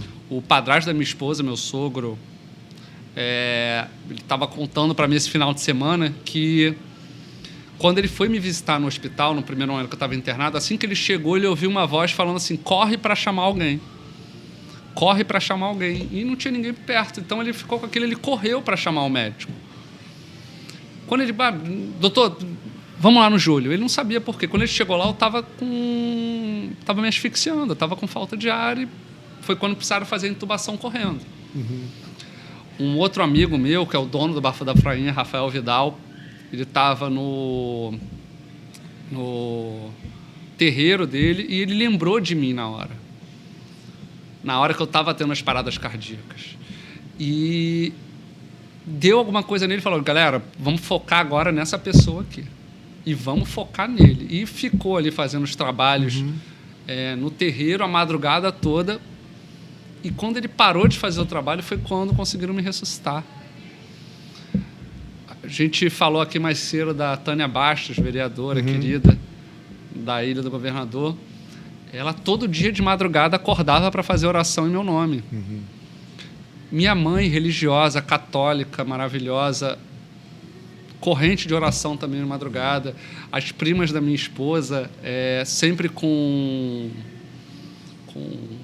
Nossa Senhora Aparecida, que eu tenho certeza que me abraçou ali naquele momento. Então, assim, eu brinco falando que foi um movimento quase ecumênico. Todas as religiões, todos os espirituais agiram ali mandando uma energia para me ajudar. Positiva, né? Eu acho que é isso, assim, guiando os médicos também. A própria doutora Cecília, que foi quem diagnosticou tudo, que viu o que estava acontecendo comigo, ela sentiu que deveria atender o telefone naquele momento. E assim, a gente não conhecia ela. Ela foi uma indicação de um conhecido. Liga para essa médica que talvez ela possa ajudar. Só que ela não atende telefone aos sábados, porque é o dia que ela fica com o filho dela. E alguma coisa deu para ela atender o telefone, e alguma coisa deu para ele ir lá no hospital. São muitas coincidências, né? Muitas coisas que você vê, não pode ser uma coisa assim... Não é uma coisa, a probabilidade de um monte de coincidência, um monte de coisas assim acontecerem em sequência, é muito pequena, né? Tem que ter alguma alguma intervenção aí divina, espiritual, de energias positivas aí. Eu acredito muito nisso também, Mas irmão. o que eu fiz, eu não sei. Só sei que o cara lá de cima gosta bastante de mim. Mas tu falou de um momento ali, cara, quando você falou, pô, cara, minha hora chegou, né? E que você foi falar com a tua esposa, tá com o teu filhinho na barriga dela e tal. E ela falou, não, irmão, tu não vai, não. Ali tu acha que foi o momento decisivo de, caraca... Não, com certeza. Com certeza. É uma coisa espiritual também, sim, muito forte esse depoimento. Eu acho que ali ela me lembrou que tinha um sentido, né? E desde então eu levo uma frase comigo que é tudo por eles. Porque foi por eles ali. Eu acho que ela me deu a força que eu precisava naquele momento. Foi o levante e aí eu comecei a falar que foguete não tem pé, mas também não tem ré. Então foi dali para cima e foi impressionante a recuperação, né? pelo prognóstico dos médicos, enfim. Foi o que eu falei. Num primeiro momento ele não vai escapar dessa. Aí num segundo momento ele pode até escapar, mas o cérebro dele não vai escapar. Aí num terceiro momento olha, a gente está conseguindo recuperar, mas ele vai ter muitas sequelas. Aí viram que eu não ia ter sequelas, olha, mas ele vai ficar muito tempo internado. Os médicos falavam para eu não ter pretensão de sair do hospital tão cedo, de receber alta. Que talvez eu fosse ver o meu filho por um tablet com 2 meses de vida. Que eles iam talvez autorizar, para assim, até por conta do meu coração e tal, da emoção, talvez eles fossem autorizar que eu visse meu filho apenas 2 meses depois dele nascido e por um tablet. E eu falava com a médica, não, doutor, eu vou ver o meu filho nascer. Você não vai, não, eu vou, isso daí você fica tranquila. E aí volta-se o trabalho da equipe médica do Hospital Copador, que foi fundamental para isso, tanto a parte psiquiátrica, psicológica do hospital, a doutora Eveline, uns fisioterapeutas que abraçaram muito essa ideia, então fazia fisioterapia de manhã e de tarde. A parte de nutrição foi muito importante também, que aceitou ali esse desafio, né, de me fortalecer, né, voltar a recuperar massa. Você perdeu muita massa nesse período, né? A parte de fono para voltar a respirar plenamente, enfim, a enfermagem, os técnicos, todo o corpo do hospital ele se uniu para me ajudar, né, para abraçar essa ideia, e eu consegui sair do hospital antes do meu filho nascer. Isso para mim é um grande milagre, né? Foi o João Francisco ter obedecido o papai pela primeira vez e ter esperado eu sair de casa para ele poder vir ao mundo. Entendi. E aí, quando tu viu teu filho pela primeira vez, e agora também, né? Valeu a pena, né? Cada momento, assim, eu acho que eu não faria diferente nada, não mudaria nada, assim. Pô, Júlio, se você soubesse que ia acontecer isso, que aconteceu com você, você teria feito a cirurgia lá atrás, mas eu acho que o resultado hoje de estar com meu filho, né? A briga pela vida valeu a pena pra caramba. Com certeza, pelo que tu João, tá vivendo hoje. Sim. Eu infelizmente não pude estar na sala de parto com ele, né? Como eu peguei uma bactéria hospitalar, eu ainda estava colonizado com essa bactéria, então os médicos me proibiram, mas eu consegui segurar ele no colo logo depois que ele nasceu, enfim, levaram para mim. Foi um momento único, assim. Irmão, que história, hein? E ter força para segurar, né?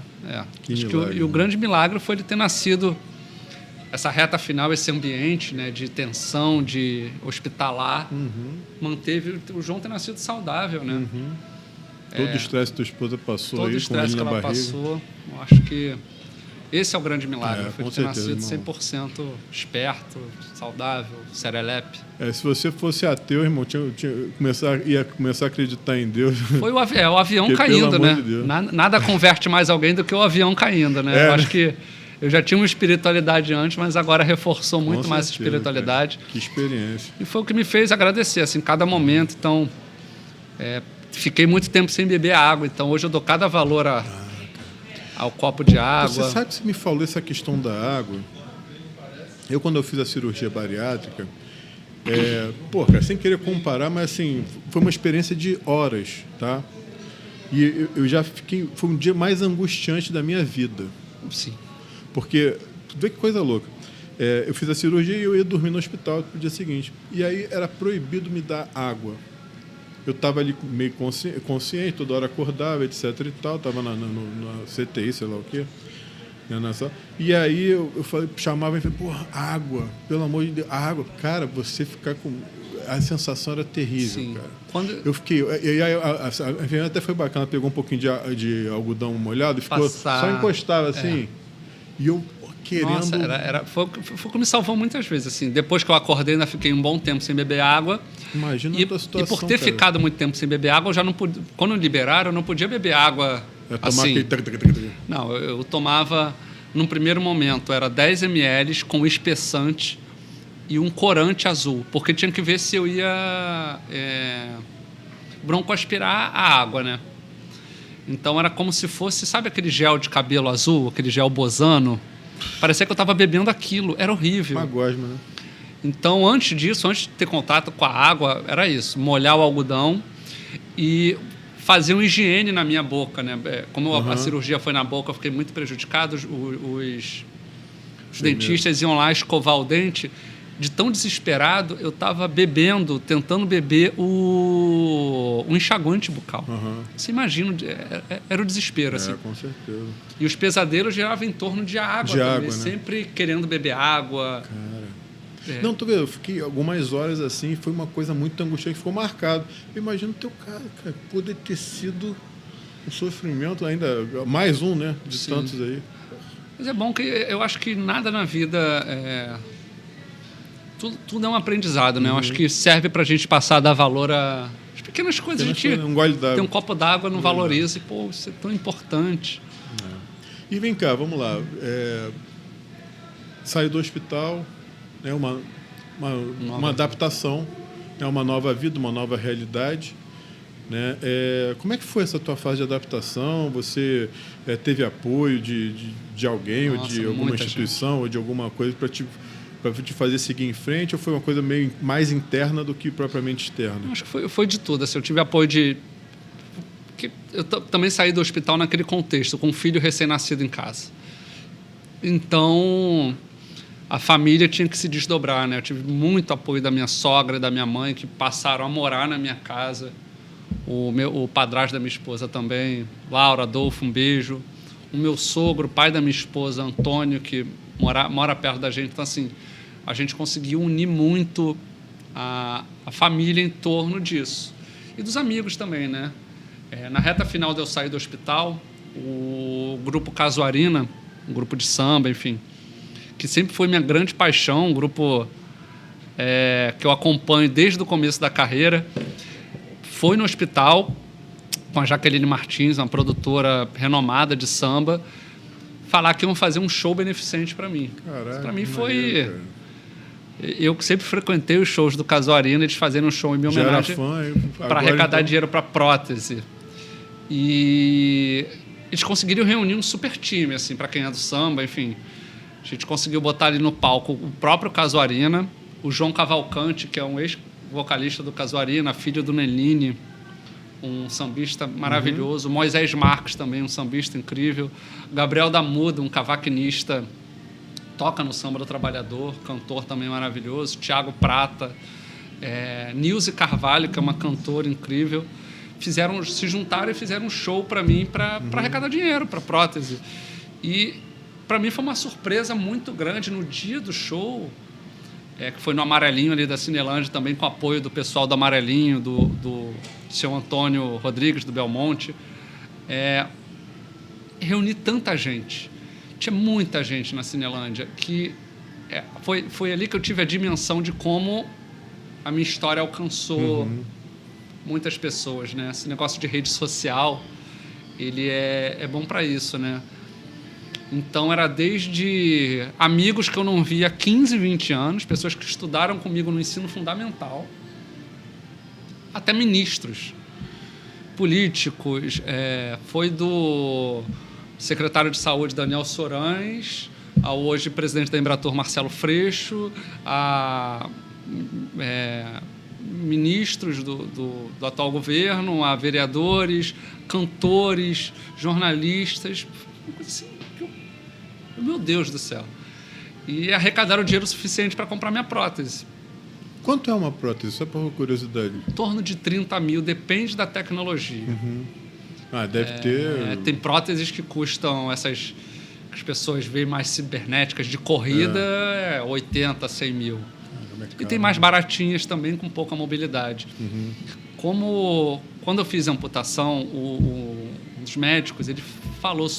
Conversamos muito sobre prótese, ele explicou que, no meu caso, era importante ter uma prótese com certo amortecimento para eu poder desenvolver meu dia a dia e não danificar quadril, essas coisas assim. Então, a gente procurou uma empresa bacana que deu muito suporte para a gente e tal. Não, lembra lá, tô com um filho recém-nascido em casa, preciso de uma prótese que... eles foram... que vai conseguir atender uma criança isso. pequena. E era a minha grande preocupação, né? Porque o João... A criança pequena, irmão. Eu tinha que correr antes do João. E é isso. Você que tem um filho agora de 7 anos sabe o quanto essas crianças... Então, para mim, eu consegui correr antes do meu filho, graças à prótese, graças à fisioterapia também constante, ao apoio de muita gente. Então, eu acho que essa corrente em torno de mim, assim, eu fiquei muito feliz. Não sabia que tanta gente querida...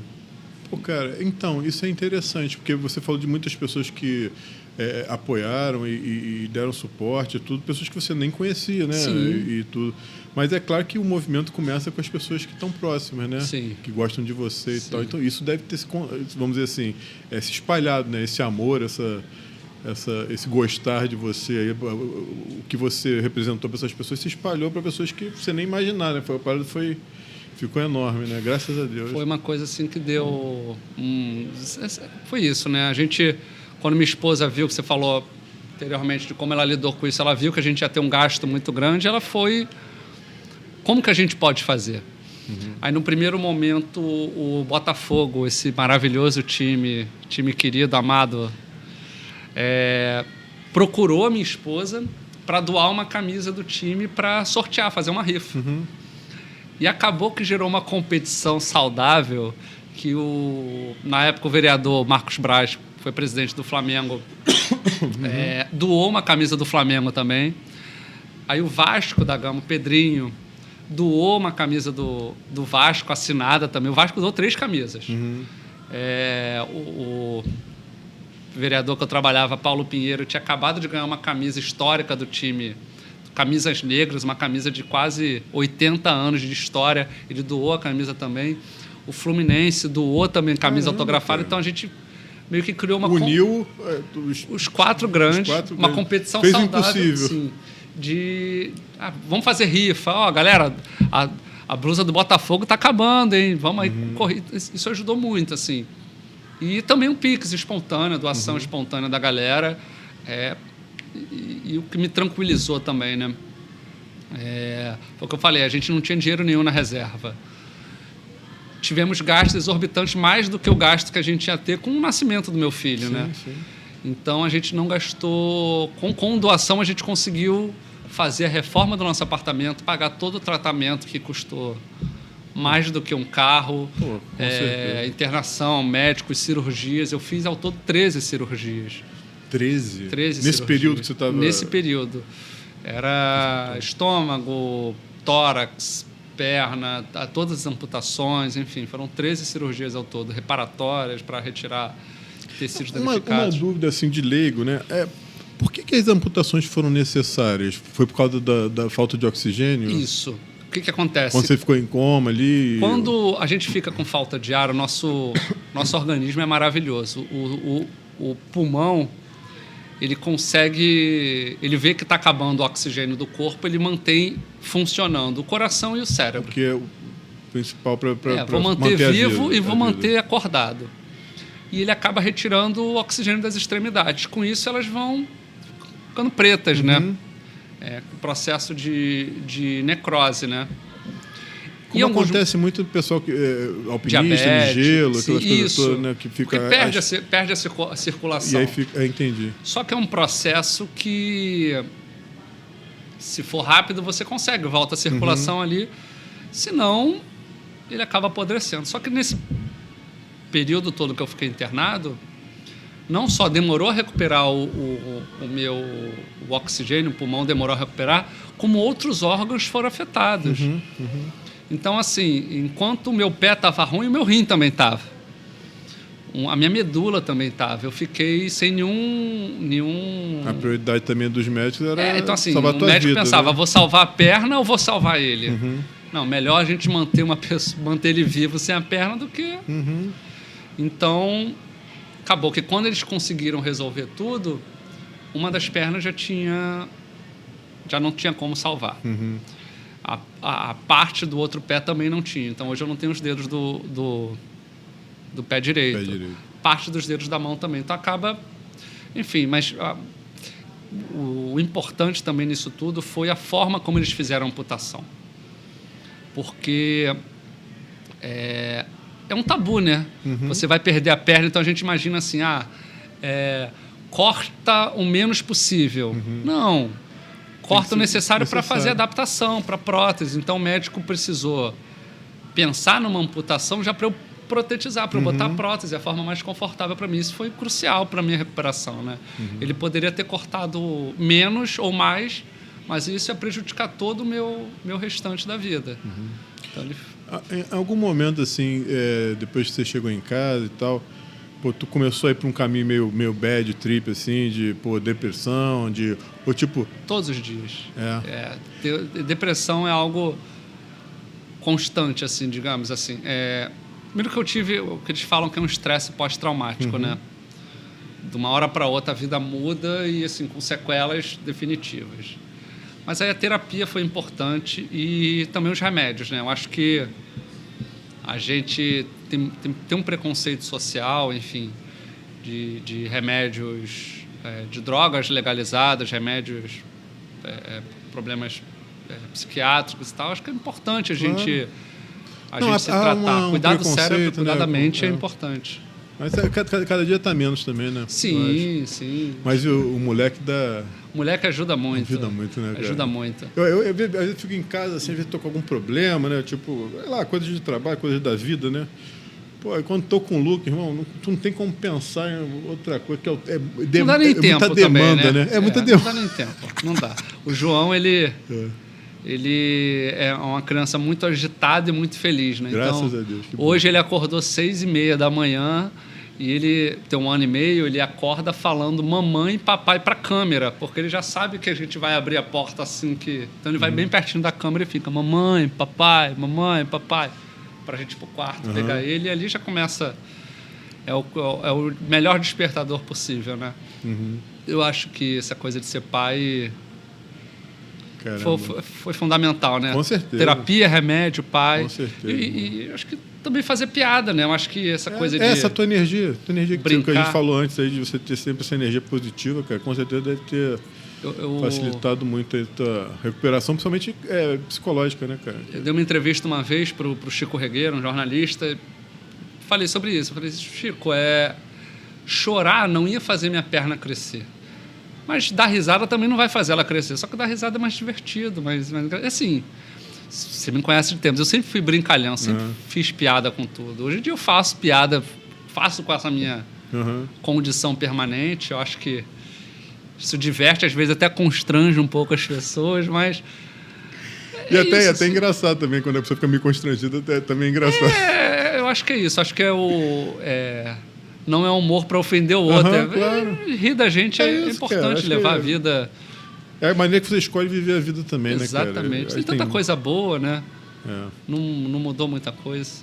Mas sabe que eu vi muitas matérias no Globo.com, no UOL, no Anselmo Góes, falando de você, né? Falando da situação que aconteceu contigo e tal. Assim, todos falando da situação e depois um pouquinho mais da tua resiliência, a tua superação, até ressignificação, né? O pessoal fala muito, mas acho que encaixa muito bem com a tua situação e hoje o que você passa, né, para quem te conhece, para quem vai te conhecer e tal. Você já pensou em sei lá, fazer uma palestra a respeito dessa tua experiência, entendeu? É passar um pouquinho dessa tua experiência, dessa tua vivência, essa tua experiência de vida, para outras pessoas, porque, cara, eu acho que você tem muito para passar. Como a gente está conversando aqui, acho que muita gente que está vendo assim deve estar achando inspiradora, assim, claro que, né, não é uma história é uma história muito complicada, muito difícil, mas com um final feliz, vamos dizer assim, final feliz, sim, né? Sim. E tal. Você já pensou em fazer alguma palestra, em falar um pouquinho da tua experiência para outras pessoas? Muita gente, eu tento conversar com bastante gente. Assim, acho que a maior dificuldade que eu tive foi ter pessoas que passaram pela mesma situação que eu para tirar dúvidas que a gente tem, né? Assim, como que é a recuperação, como que é a prótese, como... Então, procuro sempre...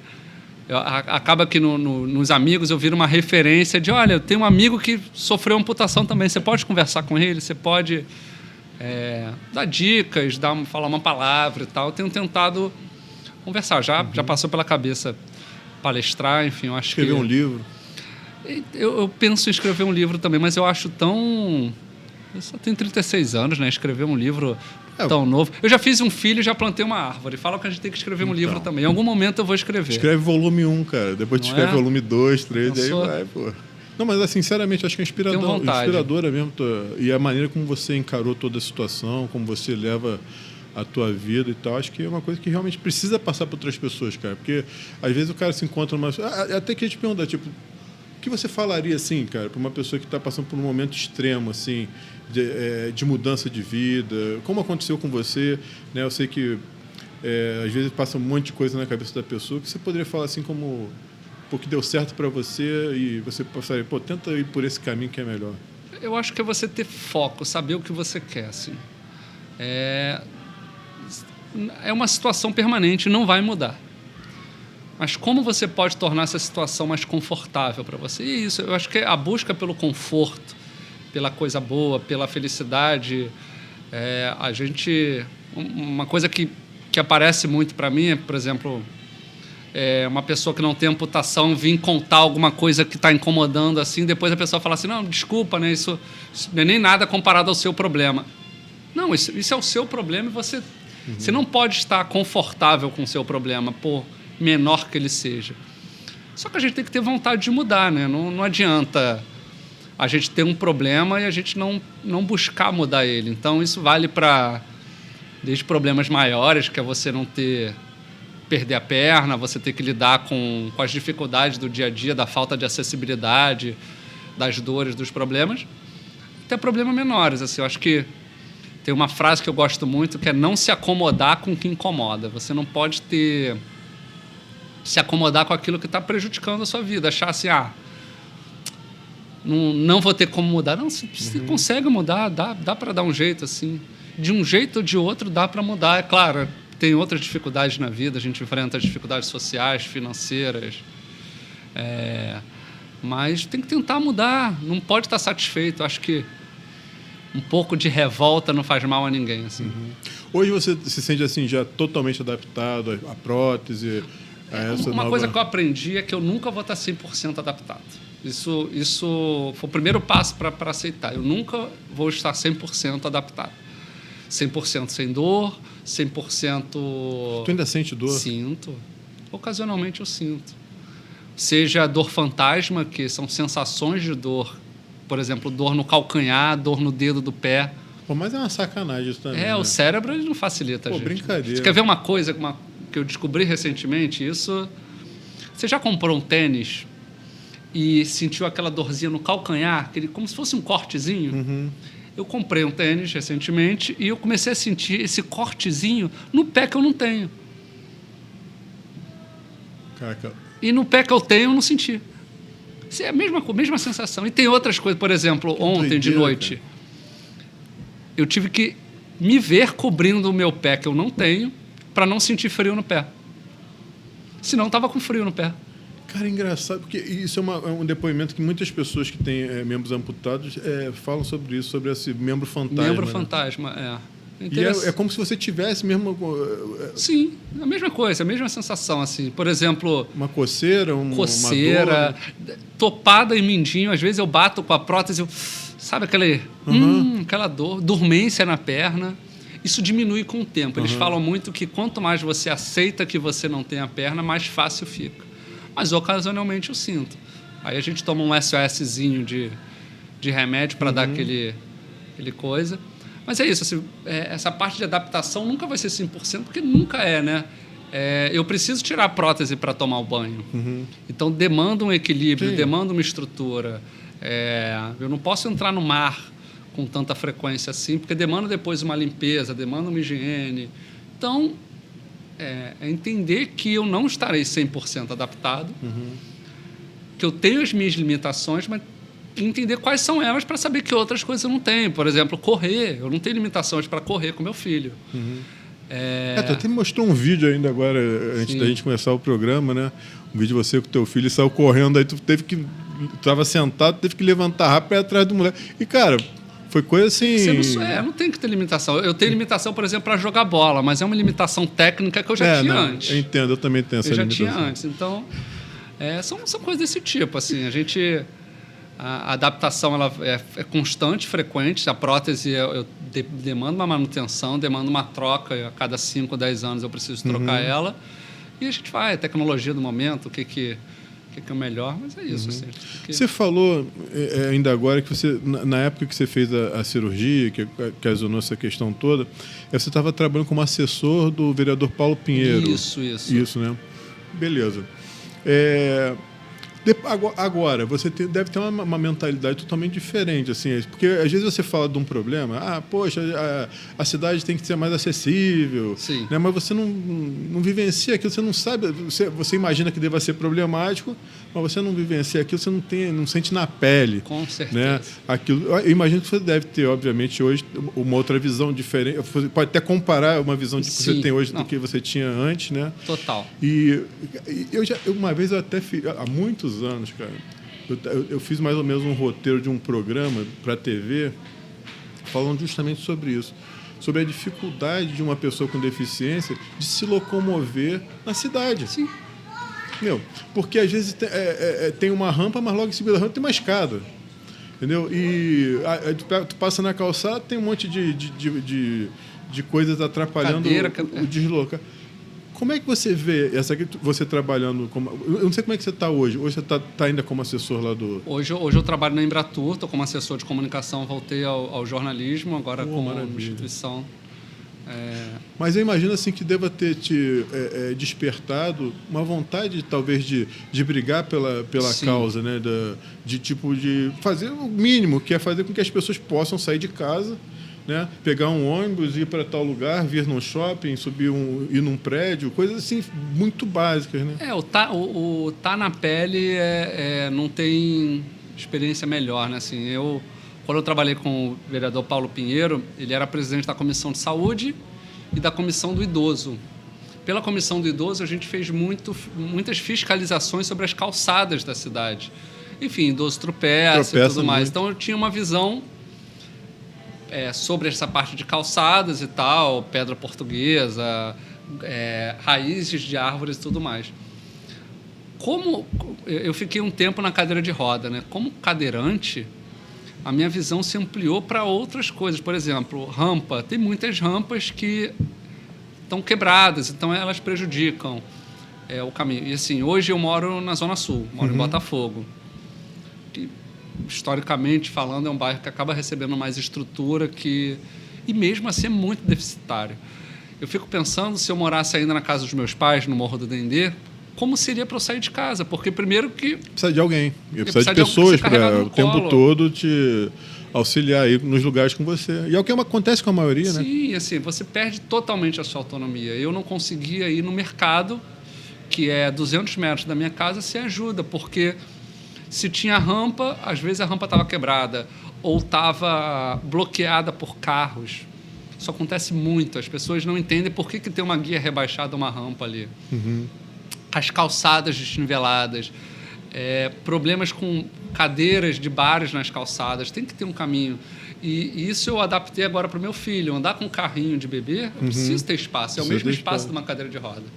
Uma coisa que aconteceu até pouco tempo atrás foi numa rede grande de supermercado. Tinha uma rampa, mas tinha uma barra de ferro no meio da rampa.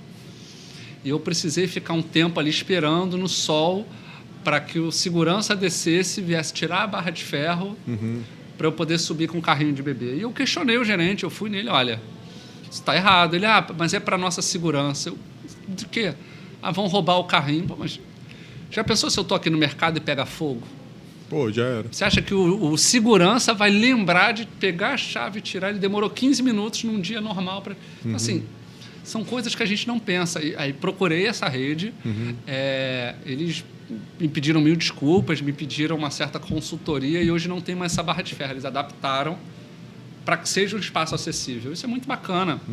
Eu tenho um certo diálogo hoje em dia com a Secretaria de Pessoa com Deficiência, falando sobre isso, enfim, a gente tentar tornar a cidade, porque a gente não pensa em acessibilidade até precisar, né? Eu não precisava de acessibilidade antes. Eu era uma pessoa que andava, então de uma hora para outra eu me vi numa cadeira de roda. Você sabe quando isso despertou, assim, para mim, essa falta de acessibilidade aqui na cidade, de uma maneira geral, foi quando eu fiz uma viagem para o exterior. E eu falei, cara, como aqui tem cadeirante?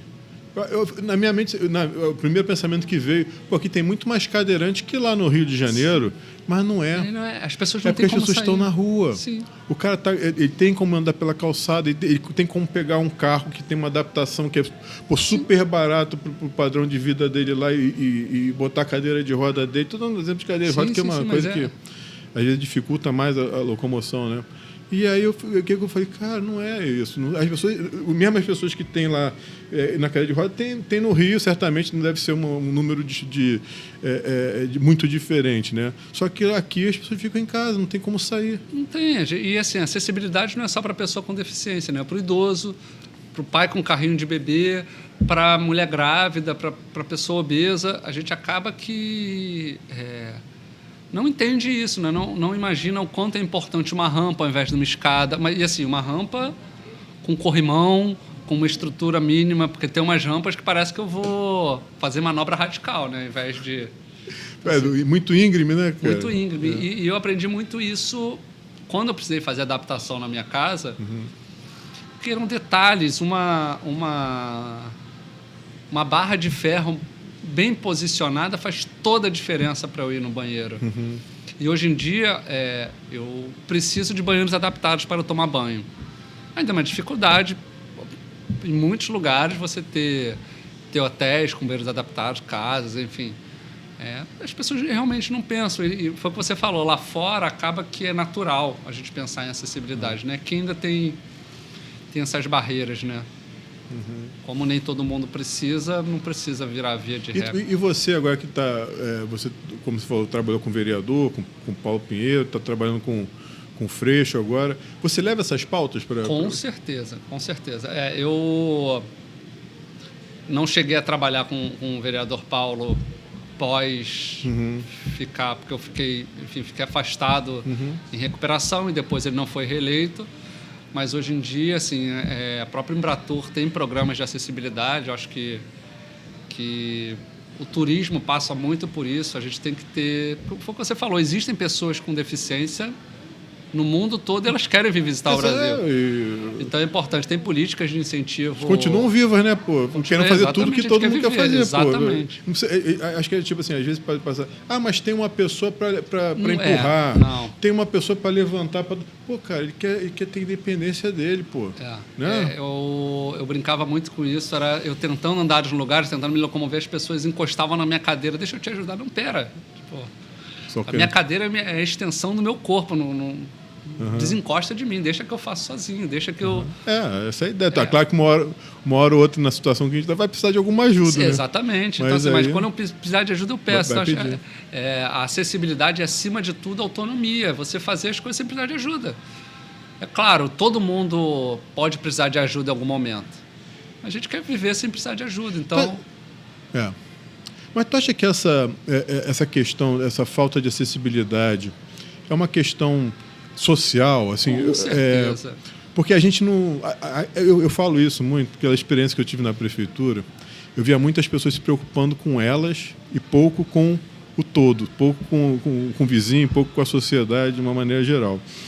Né? E eu acho que esse caminho é mais ou menos por aí. O cara não se preocupa muito de se você está tendo dificuldade para se locomover e tudo. Né?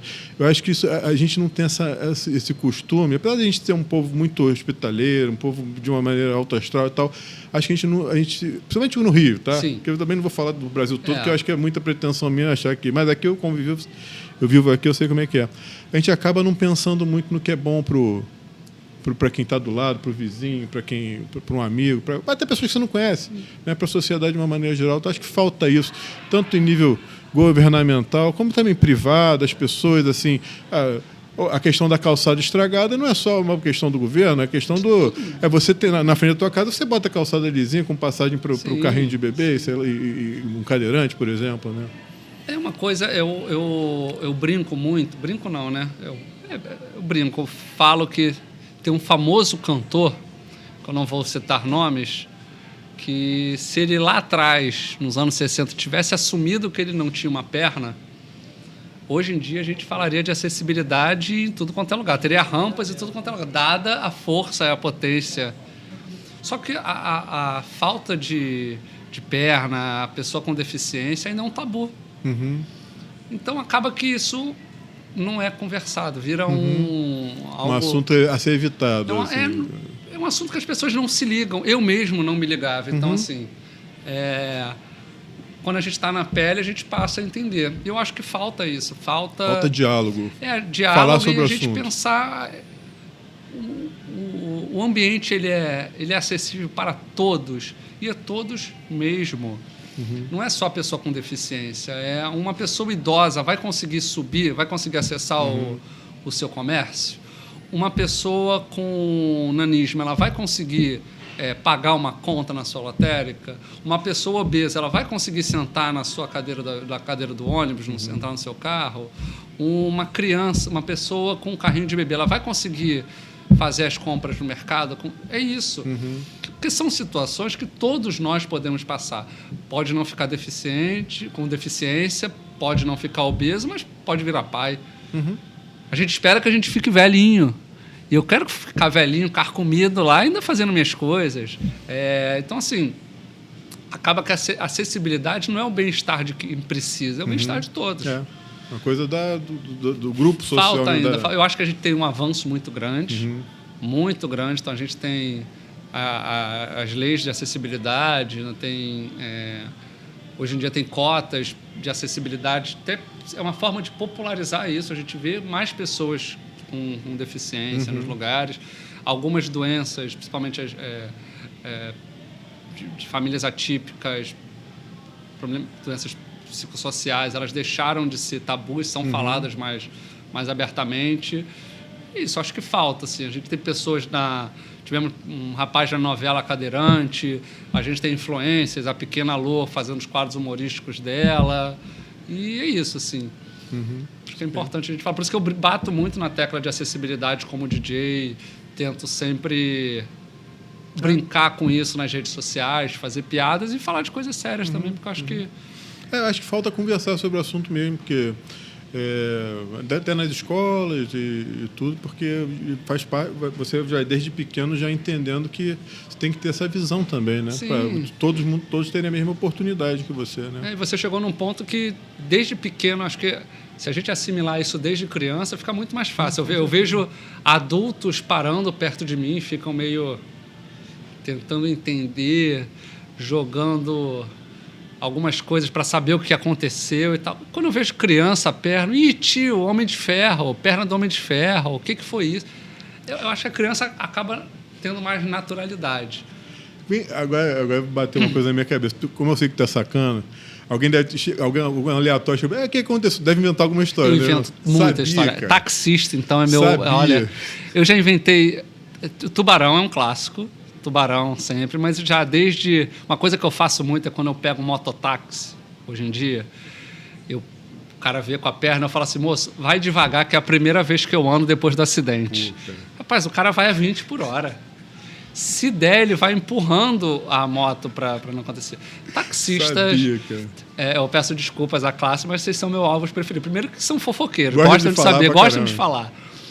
E eu gosto de contar a história. Então, já contei tubarão, já contei que foi raio que caiu, já contei que eu escorreguei num bar e cortei a perna, já contei que foi ataque de pincher. Pô, tem que gravar essas coisas e botar pra fazer um canal, Mas tem uma série no Instagram. Cara, eu boto lá uma sequência de... E é engraçado, que teve uma vez que eu falei pro rapaz que foi um ataque de pincher. E ele me solta... Não, eu conheço uma pessoa que aconteceu. O taxista sempre conhece alguém. Então, sempre tem alguém... A pior foi quando eu brinquei com um policial, isso na Câmara, eu saindo da Câmara, brinquei com um policial, ele falou, mas o que foi isso daí? Aí o rapaz, então, sabe qual é o problema de você pegar a esposa de policial? Ele, o quê? Que às vezes o policial tá armado, mas ele tem ainda bem que esse tinha uma mira ruim. Ele mira ruim, você acha que ele mirou na minha perna? Não mirou na perna, só que acertou. Assim, gente... É isso aí, cara. Eu fico dando essas mancadas de vez em quando. Entendi. Irmão, o que você tem feito hoje, cara? Como é que tá a tua vida agora no momento? Trabalhando muito. Lá na Embratur? Continuo na Embratur, fazendo meus eventos como DJ, né? Agora Carnaval tá chegando, já preparado para esse período de festas, cuidando do meu filho, que eu acho que é um trabalho de tempo integral, tentando sobreviver, viver, encontrar os amigos, brincar, visitar a família. Isso aí, veio visitar aproveitar a vida. O Ilha Notícia no outro dia. Matar saudades, foi bacana a visita. Foi muito legal mesmo. E foi interessante que você me ligou, você mandou uma mensagem para mim, Daniel, pô, tô indo na ilha aí, para uma agenda com o Freixo, com o Marcelo Freixo, tá, presidente da Embratur, pô, tava querendo levar ele aí no jornal, eu falei, pô, que maneiro, cara, pô, legal, traz ele aqui, vai ser um prazer receber vocês e tudo, né? E foi um encontro muito legal, cara. Sim. Pra gente é um prestígio, né? Uhum. Pra mim, principalmente, foi o que eu falei lá no começo, né? O Ilha Notícias, ele é uma referência, então... A gente que trabalha com assessoria, a gente tem que valorizar a imprensa local e, enfim, acho que vir na ilha com uma autoridade, né, e não visitar o Ilha Notícias é até uma deselegância, né? Agradeço fomos muito a bem consideração, recebidos. Foi muito legal. Pô, ele é uma pessoa muito gente boa. Muito gente boa. Ele tem um desvio de caráter que é ser flamenguista. Isso é um bônus. Mas, fora isso, ele tá fazendo um trabalho excelente. Agora a gente bateu o recorde de 9 milhões de turistas no Brasil. E assim, é interessante, vou falar rapidamente a impressão que eu tive dele, né? Porque, assim, eu convivi com político a vida inteira, né? E assim, eu sei mais ou menos como é que é o padrão e tal. E assim, não enxerguei isso nele, né? Quando ele teve lá, foi esse bate-papo que a gente está tendo agora, mas com muita preocupação, né? Com o trabalho desenvolvido, né? E o trabalho da Embratur, até eu vi depois até que ele esteve lá, eu vi números bem significativos positivos, né? Para o turismo nacional e tal. A gente falou muito sobre o aeroporto do Galeão, que para a gente aqui na ilha é muito importante, não só para a cidade, para a cidade mas como um todo. É que aqui acaba gerando muito emprego, né? Para a população da ilha, né?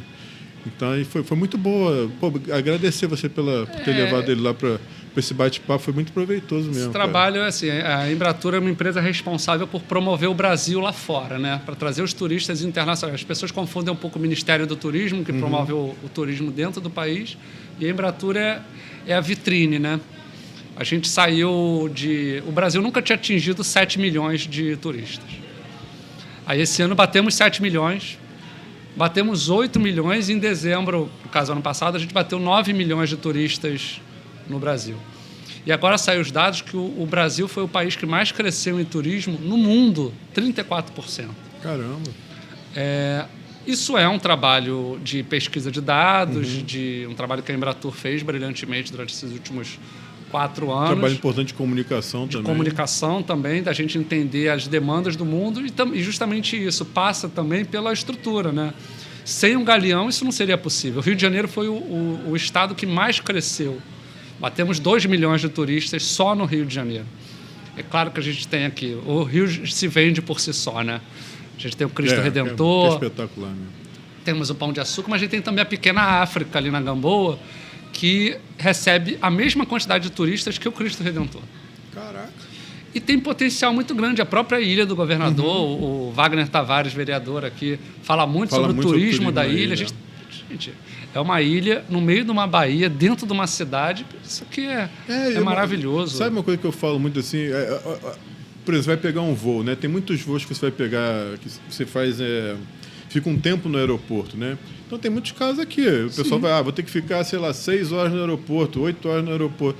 Pô, o cara, para ir para o Cristo ou para o Pão de Açúcar, já fui também. Pô, o cara pode fazer alguma coisa de turismo aqui dentro da ilha, cara. Todo lugar que você para na orla...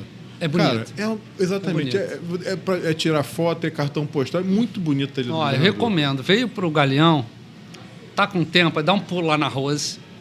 Come um cachorro-quente de feijoada. Eu gosto do cachorro-quente de polvo também, é maravilhoso. Saiu dali, vai tomar um chopinho ali no Jardim Guanabara, pegar o pôr do sol. Se der tempo, vai naquela igreja que tem lá no alto, que tem um pôr do sol lindo.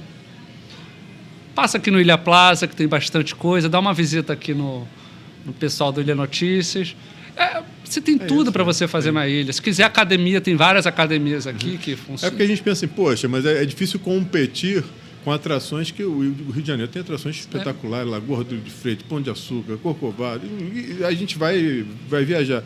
Mas depois, acho que a gente pode pensar, né, nessa viabilidade, o cara está com algumas horas ali, pega aqui 5 minutinhos, o cara está aqui na ilha, o cara vai fazer um passeio aí agradável visualmente, né? Imagina se as praias fossem... Nossa, se as praias da ilha fossem limpas, seria o melhor lugar do Brasil para se morar. A gente é muito bem servido. Com certeza.